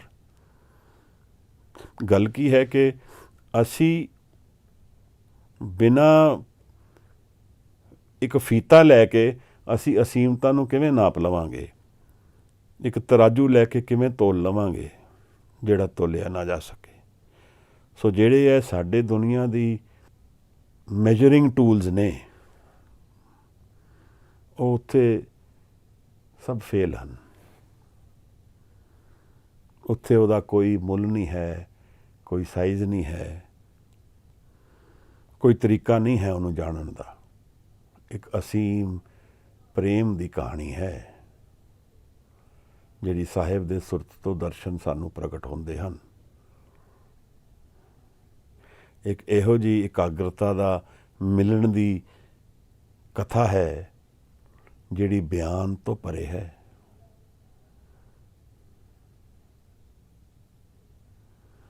ਇੱਕ ਇਹੋ ਜਿਹੇ ਗਿਆਨ ਦੀ ਗੱਲ ਹੈ ਜਿਹੜੀ ਕਿਸੇ ਕਿਤਾਬ 'ਚ ਲਿਖੀ ਨਹੀਂ ਜਾ ਸਕਦੀ। 26ਵੀਂ ਪੌੜੀ ਵਿੱਚ ਗੁਰੂ ਨਾਨਕ ਸਾਹਿਬ ਸਾਨੂੰ ਇਤਨੇ ਅਸੀਮ ਦਰਸ਼ਨ ਕਰਾ ਰਹੇ ਹਨ। ਮਹਾਰਾਜ ਦਾ ਬਹੁਤ ਬਹੁਤ ਧੰਨਵਾਦ, ਆਪ ਲੋਕਾਂ ਦਾ ਧੰਨਵਾਦ ਕਿ ਇਹ ਮੌਕਾ ਮਿਲਿਆ ਮੈਨੂੰ, ਔਰ ਆਸ ਕਰਦਾ ਹਾਂ ਕਿ ਭੁੱਲਾਂ ਚੁੱਕਾਂ ਜੋ ਹੋਈਆਂ ਹਨ ਉਸ ਦੀ ਆਪ ਮਾਫੀ ਦਿਓਗੇ, ਮਹਾਰਾਜ ਮਾਫ ਕਰਨਗੇ।